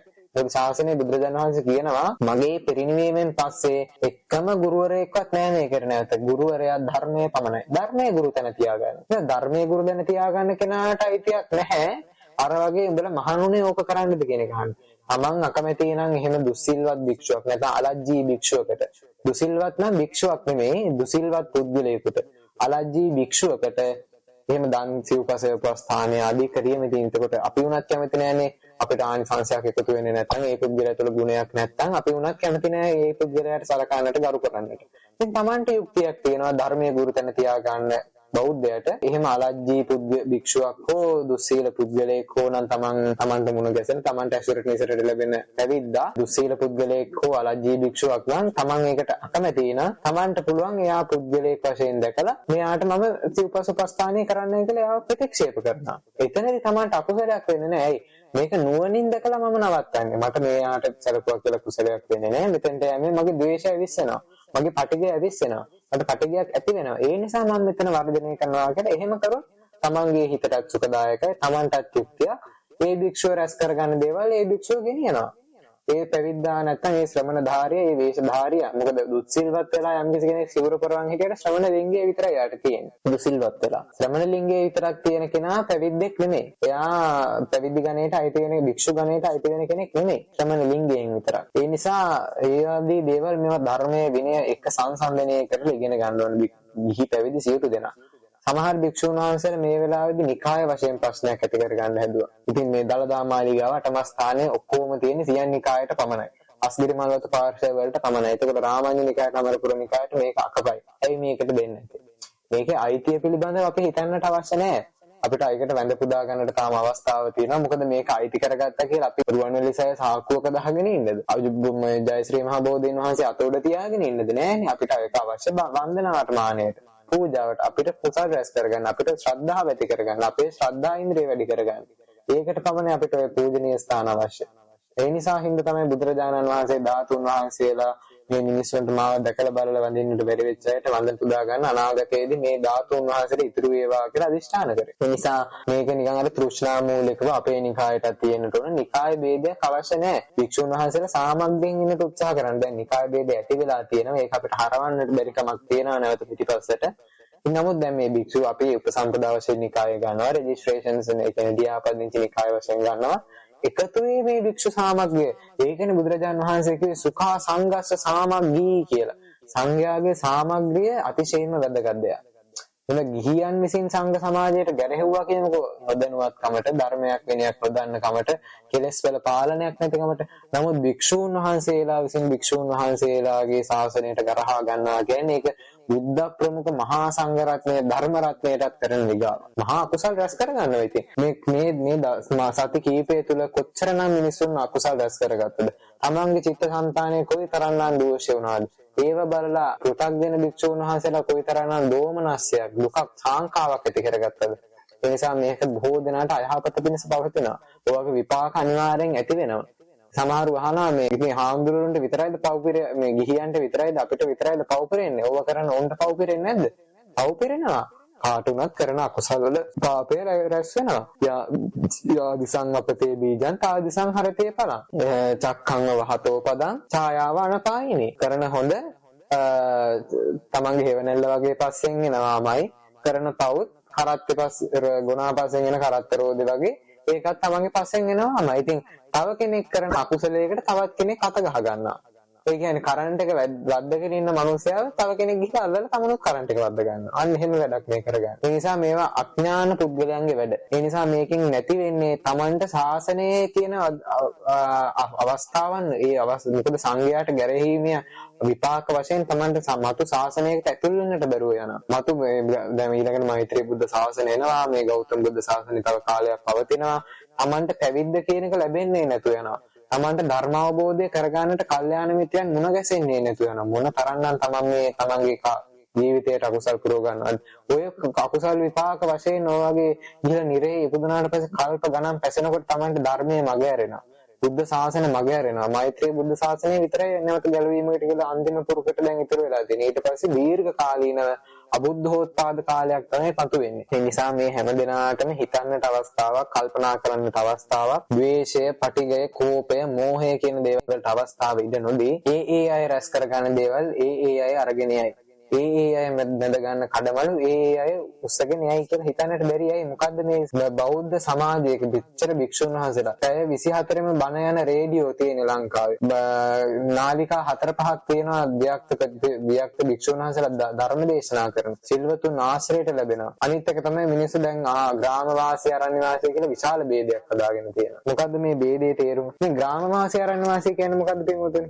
ග්‍රාමවාසී කියන්නේ සහ ආරණ්‍ය වාසී කියන අයට ප්‍රතිපදාවේ වෙනසක් බුදුරජාණන් වහන්සේ කිසිම තැනක කියලා නැහැ. ග්‍රාමවාසීන් සහ ආරණ්‍ය වාසීන් කියන තැනදී දැන් ඔය ආරණ්‍යක දුතාංගයක් තියෙනවා. අරණ්‍ය වාසය කරන දුතාංගයක් තියෙනවා. සහ ආරණ්‍ය තුල වැසෙන භික්ෂුන් වහන්සේලා ආරණ්‍ය වාසී භික්ෂුන් වහන්සේලා. ග්‍රාමයේ තුල වැසෙන භික්ෂුන් වහන්සේලා ග්‍රාම වාසී භික්ෂුන් වහන්සේලා. ඒක අර වෙන්කර හඳුනා ගැනීමට එහෙම දෙයක් කරා. අරණ්‍ය කියන්නේ මොකද්ද? අරණ්‍ය කියලා කියන්නේ ග්‍රාමාන්ත සේනාසනයක් කියලා කියන්නේ ග්‍රාමවාසී සේනාසනයක් කියන්නේ පන්සල කියලා දැන් අද කියනනේ. කැලේ තියෙන එකට ආරණ්‍ය කියනවා, ගමේ තියෙන එකට පන්සල කියනවා. ඒතකොට ග්‍රාමාන්ත සේනාසනයක් නම් උපචාරයක් එක්ක තියෙන ගම. ඒ කියන්නේ ගම කියන්නේ එක කුටියක් හරි කුටි ගොඩාක් හරි තියෙන පවුරක් ආදියෙන් වටවෙච්ච හරි පවුරක් ආදියක් නැති හෝ වේවා මිනිසුන් ඉන්නවා හෝ වේවා නැති හෝ වේවා අර ගම් කිහිපයක් තියෙන ප්‍රදේශයක්, ගෙවල් කිහිපයක් තියෙන ප්‍රදේශයක් තමයි ග්‍රාමයක් කියලා කියන්නේ. එතකොට යටත් පිරිසෙන් ඒ කියන්නේ මෙතන බුදුරජාණන් වහන්සේ මෙතෙන්ද කියනවා යටත් පිරිසෙන් කියන්නේ යම් කිසි කාලයක් සාත්තු කියලා කියන ගැල් සාත්තු කියලා කියන්නේ ගැල් සාත්තු වගේ දෙයක් දින කිහිපයක් ඒ වගේ දෙයක් 4 මාසයක් සඳහන් කරන්නේ සාර මාසය කියලා. ඒ කියන්නේ මාස 4ක් වගේ ගැල් සාත්තුවක් හිටිය තැනක් වුණත් එතනටත් ගම කියලා තමයි ඊළඟට කියන්නේ. ඒක තමයි මේ ධර්මපරියාය. ඊළඟට ග්‍රාමෝපචාරය කියලා කියන්නේ වැටපවුරු ආදීන් පරික්ෂේප කළ ගමෙහි තමයි ග්‍රාමෝපචාරය කියන්නේ. එතකොට අනුරාධපුරයේ බින් ඉන්ද්‍රකීල දෙකක් ඇත්නම් මේන් අභ්‍යන්තර ඉන්ද්‍රකීලෙහි සිට මධ්‍යම බලතේ පුරුෂයෙක් විසින් ගැසූ කැටක් වැටෙන තරම් ප්‍රදේශයයි. එතකොට ඉන්ද්‍රකීලයක් වගේ තැනක සිට යම්කිසි මධ්‍යම බලයක් තියෙන මිනිසෙක් ගලක් ගහනවාද අන්න ඒ ප්‍රමාණයට තමයි ඒ ග්‍රාමය කියලා කියන්නේ. එතකොට මේකට කියනවා ලෙඩ්ඩුපාතය කියලා. කියන්නේ සාමාන්‍ය බලයක් තියෙන මධ්‍යම පුරුෂයෙක් ගලක් ගහලා ඒක වැටෙන තැන ඒ ප්‍රමාණයට කියනවා ලෙඩ්ඩුපාතය කියලා. මේ ලෙඩ්ඩුපාතය විනයධරයන් විසින් එක් විදිහකට දරනවා, සූත්‍රධරයන් විසින් තවත් විදිහකට දරනවා. ඉතින් ඒ නිසා මේකේ විනයධරයන් විසින් දරන විදිහ තමයි තරුණ මිනිස්සෙක්, තරුණ සාමාන්‍ය ශක්තිය තියෙන සාමාන්‍ය තරුණ කෙනෙක් තමන්ට තියෙන ශක්තියෙන් අත දිග ඇරලා ගල් කැටයක් විසි කරනවා. ඒ ගල් කැටය විසි කරන ප්‍රමාණය ලෙඩ්ඩුපාතයක් කියනවා. ඒ වගේ කැට වෙන ප්‍රමාණය තමයි භික්ෂු විනයධරයන් විසින් ලෙඩ්ඩුපාතයක් කියලා කියන්නේ. ඊට පස්සේ සූත්‍රධරයන් විසින් දරන ක්‍රමය තමයි කඩුවක් කෙලවෙන න්‍යායෙන් ගැසූ කැට වැටෙන තරම් අතර ප්‍රදේශයේ ලෙඩ්ඩුපාතය. යම් කිසි කෙනෙක් කවුඩෙක් කෙලවන්නට ගලක් ගහනවානේ. අපි හිතමු කවුඩෙක් කෙලවන්නට කෙනෙක් ගලක් ගහනවා. ඒ කවුඩෙක් කෙලවන්නට ගහන ගල යම් කිසි ප්‍රමාණයෙන්ද වැටෙන්නේ. අන්න ඒ ප්‍රමාණයටත් ලෙඩ්ඩුපාතය කියලා සූත්‍රධරයන් විසින් කියනවා. ඉතින් මේ අන්න ඒ විදිහෙන් කියන්නේ මේ පරික්ෂේප කරපු ගමකට උපචාරයක් ලැබෙන. ඉතින් ඔය උපචාරයේ ඉඳන් ලෙඩ්ඩුපාත 500ක් ඇතුළට තමයි ආරණ්‍ය කියලා කියන්නේ. කියන්නේ ගමේ ග්‍රාම උපචාරයේ ඉඳලා ලෙඩ්ඩුපාත 500ක් ඇතුළට මේ එළියට ග්‍රාම උපචාරයේ ඉඳලා එළියට ලෙඩ්ඩුපාත 500ක් ආරණ්‍ය කියලා කිව්වා. තවත් ඒක ක්‍රමයකින් කියනවා ආරණ්‍යයකට ආසන්න. ඉතින් මේ විදිහට දැන් මේ ආරණ්‍ය වාසීන් සහ ග්‍රාම වාසීන් කියන ඔය වාසස්ථානය කරන තැනට අනුව ඇති වෙච්ච ભેදයක් මිසක් ඒගොල්ලන්ගේ ප්‍රතිපදාවේ වෙනසක් තියෙන්නේ දැන් නෑ. අර දැන් මිනිස්සුන්ගේ හදාගෙන තියෙන ක්‍රමය තමයි දැන් ආරණ්‍ය වාසීන් කියන්නේ අපි ආරණ්‍ය වාසීන් තමයි සිල්වත්, ග්‍රාම වාසීන් දුසිල්වත්. ඒක වැරදි. 100% ආරණ්‍ය වාසීන් තුලත් නෑ 100% කෙලස් තවපු පිරිස, 100%ක් ග්‍රාම වාසීන් තුලත් නැහැ 100%ක් කෙලස් තවපු පිරිස. ඒ නිසා ග්‍රාම වාසීන් නැතනොත් වැරදි වෙනවා, අපත්‍යීන් සිද්ධ වෙනවා. අරණ්‍ය වාසීන් නැතනොත් වැරදි අඩුපාඩු සිද්ධ වෙනවා. එතකොට එහෙම ගත්තාම ප්‍රතිපදාවේ කිසිම වෙනසක් නැහැ. ඒ වගේම අර වැරදි අඩුපාඩු වෙන න්‍යායෙන් දුස්සීල කියන වචනේ කිසිම වෙලාවක අදපටන් මේ කහපු කෙනෙක් දෙන්න එපා. මොකද දුස්සීල වෙන නම් අනිවාර්යෙන් පරාජිකාවක්පත් වෙලා උපසම්පදාව ගිලිහී යන්නට ඕන. පරාජිකාව වෙනවා කියන එක බුදුරජාණන් වහන්සේ උපමාවකින් කියන තල් ගහක් කරටයෙන් කැඩුනා වගේ කියලා උපමාවක් දෙනවා. පිදුණු කොළයක් නැට්ටෙන් ගිලිහුණා වගේ නැවත එකතු කරන්නට බෑ. මිනිස්සෙක්ගේ බෙල්ලෙන් ගැලවුණා වගේ කියන එක් උපමාවක් දෙනවා.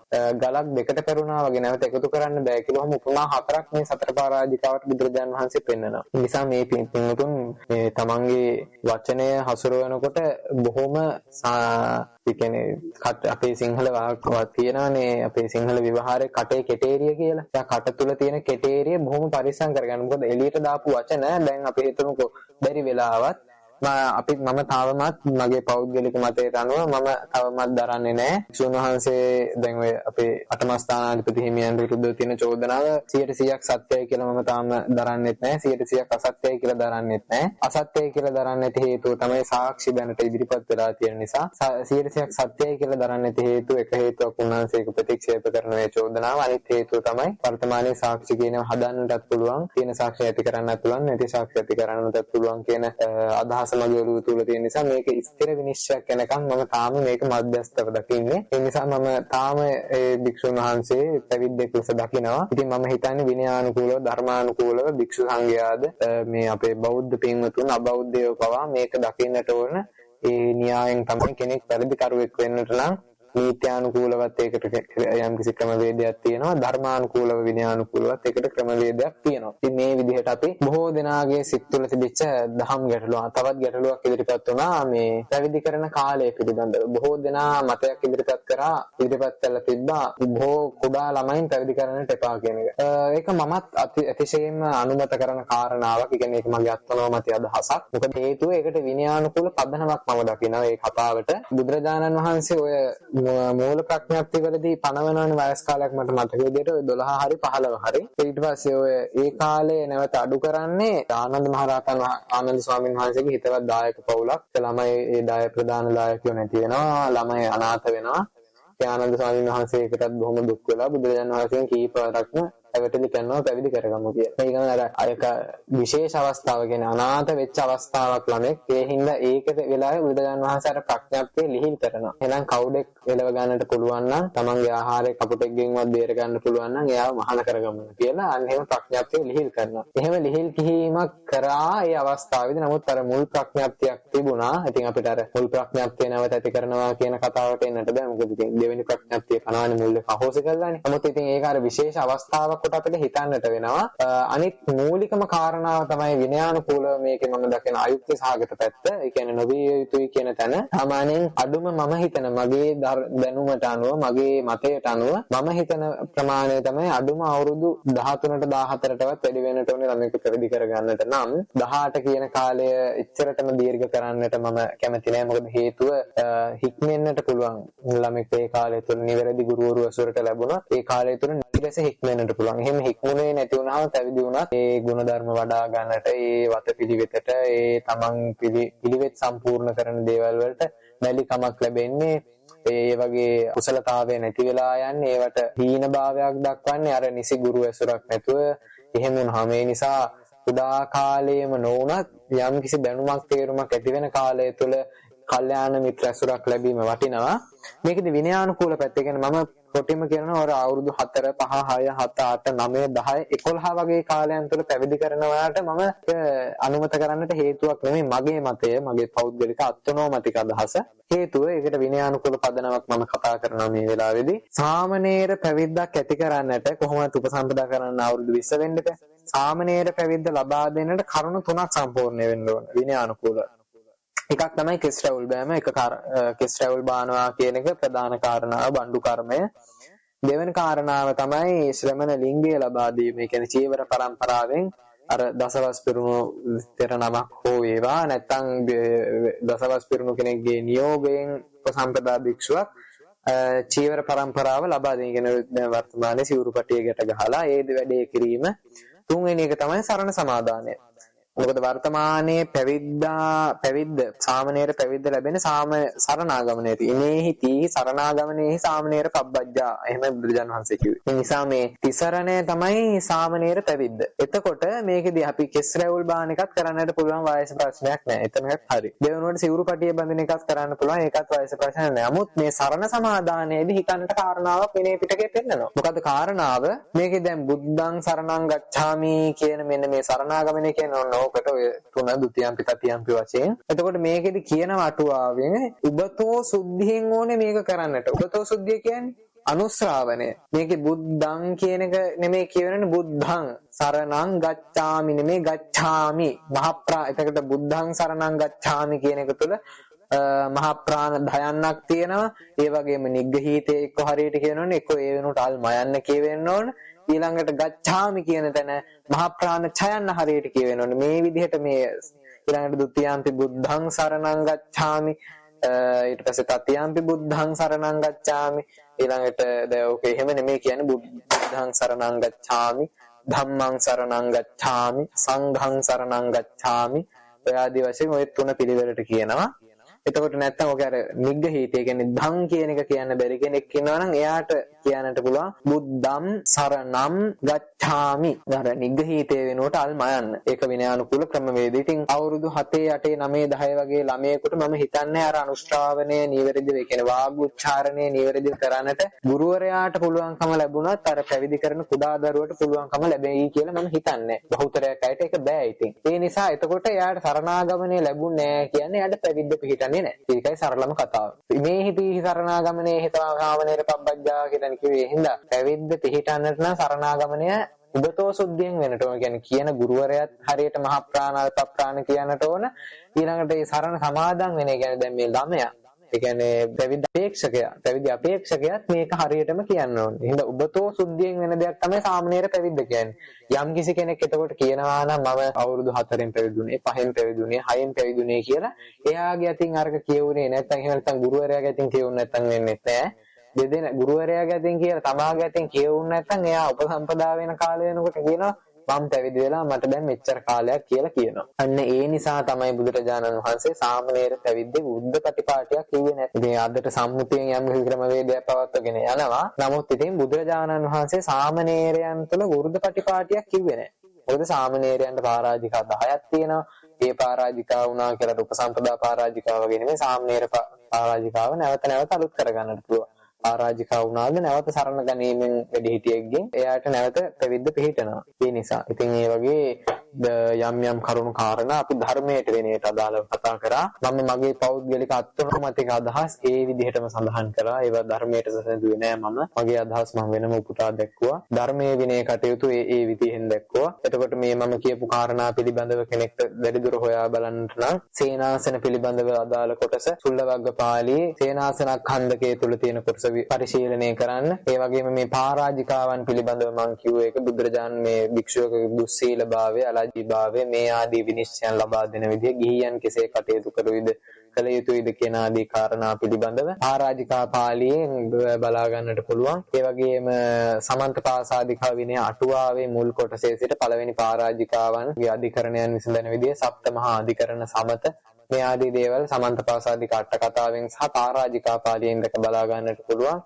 ඒ වගේම මේ ආරණ්‍ය ආදී දේවල් පිළිබඳව කියපු කතාව විසුද්ධි මාර්ගයෙන් බලා ගන්නට පුළුවන් ලේසියෙන්ම. එහෙම නැත්නම් සූත්‍ර පිටකයෙන් බලා ගන්නට අවස්ථාවක් තියෙනවා. සූත්‍ර ගණනාවකම සඳහන් වෙනවා. විනය පිටකයේ ආරණ්‍ය පිළිබඳව තියෙනවා සීමා ආදී කතාවලදී. එතකොට ඊළඟට ආයි අපි මේ සාමණේර පැවිද්ද ගැන කියපු කතාව කෙටියෙන්ම බලා ගන්න පුළුවන් තැනක් තමයි රේරුකාණේ ස්වාමින් වහන්සේගේ විනය කර්ම පොත් වහන්සේ විනය කර්ම පොත ආයි පරාජිකා පාළිය තුල මේ මහා වග්ග පාළිය තුල සඳහන් වෙන ওই පැවිද්ද කිරීම පිළිබඳව සමන්තපාසාදික අට කතාවේ දීර්ඝ විස්තරය තියෙනවා මහා වග්ග පාළි.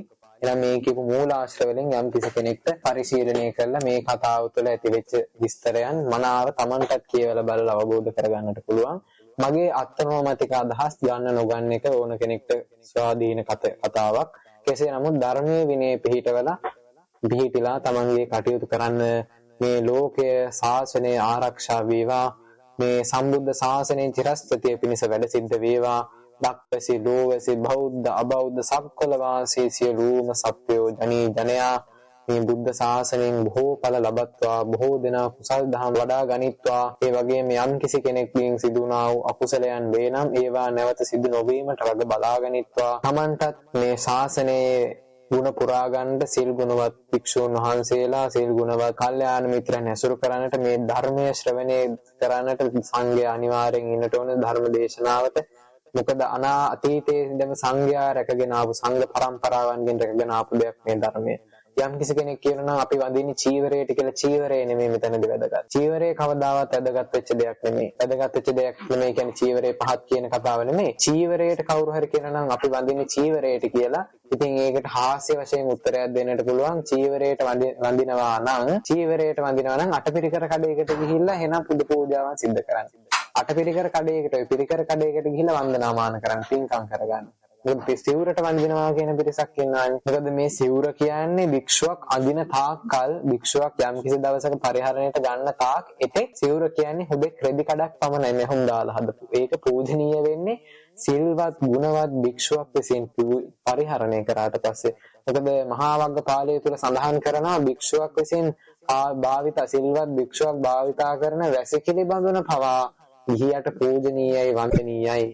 ඉතින් බලන්න අපි බුදුරජාණන් වහන්සේගේ පාරිභෝගික වස්තුන් කියලා වෙනම වන්දනාමාන කරනවා. ඉතින් ඒ නිසා මේ භික්ෂුවකගේ වගකීම භික්ෂුන් වහන්සේලා අතීතයේ ඉඳන් ඒවා ඉටු කරා වර්තමානයේ බොහෝ භික්ෂුන් වහන්සේලා මේ පරියප්තිය ප්‍රතිපත්තිය වෙනුවෙන් කටයුතු කරනවා. ඒව හදාරනවා. කවදාවත් දොස්තර කෙනෙක් ත්‍රිපිටක ධර්මයේ දරාගෙන ඒවා පරිශීලනය කරලා ශිෂ්‍යානුශිෂ්‍යෝ බිහි කරලා ඒක ඉදිරියට ගෙනියන්නේ නැහැනේ තේරවාදයක් වශයෙන් ඉංජිනේරුවෙක් ඒක කරන්නේ නැහැනේ. ඒක වෙනුවෙන් වෙන් වෙච්ච පිරිසක් භික්ෂුන් වහන්සේලා. හැමෝම වැරදි කරන්නේත් නැහැ, හැමෝම හොඳ කරන්නේත් නැහැ, හැමෝම ධර්මය හදාරන්නේත් නැහැ, හැමෝම ධර්මය විනාශ කරන්නේත් නැහැ. ඒ නිසා මේක ලෞකික ජීවිත ගත කරන පුද්ගලයෝ පෘථග්ජන පුද්ගලයන්. ඒ නිසා අපි හැමෝම පෘථග්ජනයි. අපි උත්සාහවත් වෙන්නේ මේ සසරින් ඈතර වන්නට භික්ෂුවක් උපසම්පදා සීලය රකින්නේ, පාතිමෝක්ෂය රකින්නේ. පාතිමොක්ඛ කියලා කියන්නේ මෝක්ෂයට පැමිණ වෙනව බැවින්. සතර සංවර සීලයේදී මුලින්ම කියන්නේ පාතිමෝක්ෂ සංවර සීලය. මෝක්ෂයට පමුණවන්නා වූ බැවින් පාතිමොක්ඛයි. මෝක්ෂයට පමුණවන සීලය තමයි ප්‍රාතිමෝක්ෂ සීලය. එතකොට ත්‍රිශික්ෂාවේ අදි සීල, අදි චිත්ත, අදි ප්‍රඥා කියන්නේ අදි සීලය තමයි උපසම්පදා සීලය. එතකොට උතුම්ම සීලයක් රකින්න උපසම්පදා භික්ෂුවක්. එහෙනම් මේ භික්ෂුන් වහන්සේලා ලබන්නට ඔබලා බොහොම පින් කරලා තියෙනවා. මේ සමාජය තුල තාම ඉන්නවනේ. ඒ නිසා මේ ලැබුවා වූ අවස්ථාව ওই සියලු දෙනාටම සිල් ගුණ දහම් කරගන්නට පින් වඩා ගන්නට අවස්ථාවක් වේවා. ධර්මයේ විනය හදාරන්න ලැබේවා. මිත්‍යා දෘෂ්ටීන් වරඳ නොගනිත්වා සම්මා දිට්ඨියෙහි පිහිටත්වා. මොකද මේ ශාසනය බුදුරජාණන් වහන්සේ කල්ප ගණනාවක් බෝධි සම්භාර ධර්ම පුරලා පාරමී ධර්ම පූර්ණේ කරලා ඔබේ මගේ දුක නිවන්නටයි මේ ධර්මය සොයාගත්තේ. එහෙනම් මේකේ උපරිම ඵල නෙලන්නට ඔබට මට හැකියාව ලැබේවා. අකුසල් දහම් අප කාගෙන් අතින් සිද්ධ වීමේ ප්‍රවණතාවය තියෙනවා. ඒවා අපිට මැඩ ගැනීමට අපේ කෙලෙස් යටපත් කර ගැනීමට මේ ධර්මයේ විනය අපිට උපකාර වේවා. මේ සියලු දෙනාටම නිවන් කෙලවර කරගත් අවබෝධමය ඥානයක් ලැබේවා කියලා ප්‍රාර්ථනා කරනවා. දෙවියන්ට පින් අනුමෝදන් කරනවා. ලංකාවාසී ලෝකවාසී සක්වල වාසී සියලු දෙවියෝ මේ පින් සතුටින් අනුමෝදන් වෙත්වා. මේ සම්බුද්ධ ශාසනය ආරක්ෂා කරන්නට උර දෙත්වා. මිනිසුන් තුළ සම්මා දිට්ඨිය ප්‍රචාරය කරත්වා. සිල් ගුණ දහම් පුරන සංඝයා ආරක්ෂා කරත්වා. වැඩියෙන් සිල් ගුණ දහම් පුරන සංඝයා වහන්සේලා උපාසක උපාසිකාවන් මේ සම්බුද්ධ ශාසනයට ඇති වේවා. ලජ්ජී රක්කෙස්සති ලෙස මහා කාශ්‍යප මහරහතන් වහන්සේ කිව්වා වූ උදානය එලෙසින්ම රකින්නට අප සෑම දිනාටම හැකියාව ලැබේවා. දෙවියෝ ප්‍රාර්ථනීය බෝධියකින් නිවනින් සැනසේවා කියලා දෙවියන්ට පින් දෙනවා. ඒ වගේම මේ පින් අනුමෝදන් වෙන්නට කැමති යම් තාක් ජීව කොට්ටාස වෙද්ද පින් කැමති යම් තාක් ඥාතික පස් වේද ලෝකය සක්වල කෙලවර කරගත් යම් තාක් පින් කැමති සත්වයෝ වෙද්ද ඔවුන් මේ ධර්ම ශ්‍රවණ මේ පින්කම ධර්ම දාන මේ පින්කම ඔවුන් සියතින් අනුමෝදන් වෙත්වා. ඔවුන් කළා වූ කුසලයක්සේ ඔවුන් මේ පින් අනුමෝදන් වී සැපේටපත්ව සුඛී භවයන්හි ලැබ ධර්ම අවබෝධය පිණිස කටයුතු කරන්නට මේ කුසලයේ හේතු වේවා. සාදු සාදු. මේ සියලු දෙනාටම මේ කුසලය තුම් වූ ධර්ම ශ්‍රවණ මේ කුසලය ප්‍රඥාව පහළ වීම පිණිසම වේවා කියලා ප්‍රාර්ථනා කරනවා. සියලු දෙනාටම තෙරුවන් සරණයි.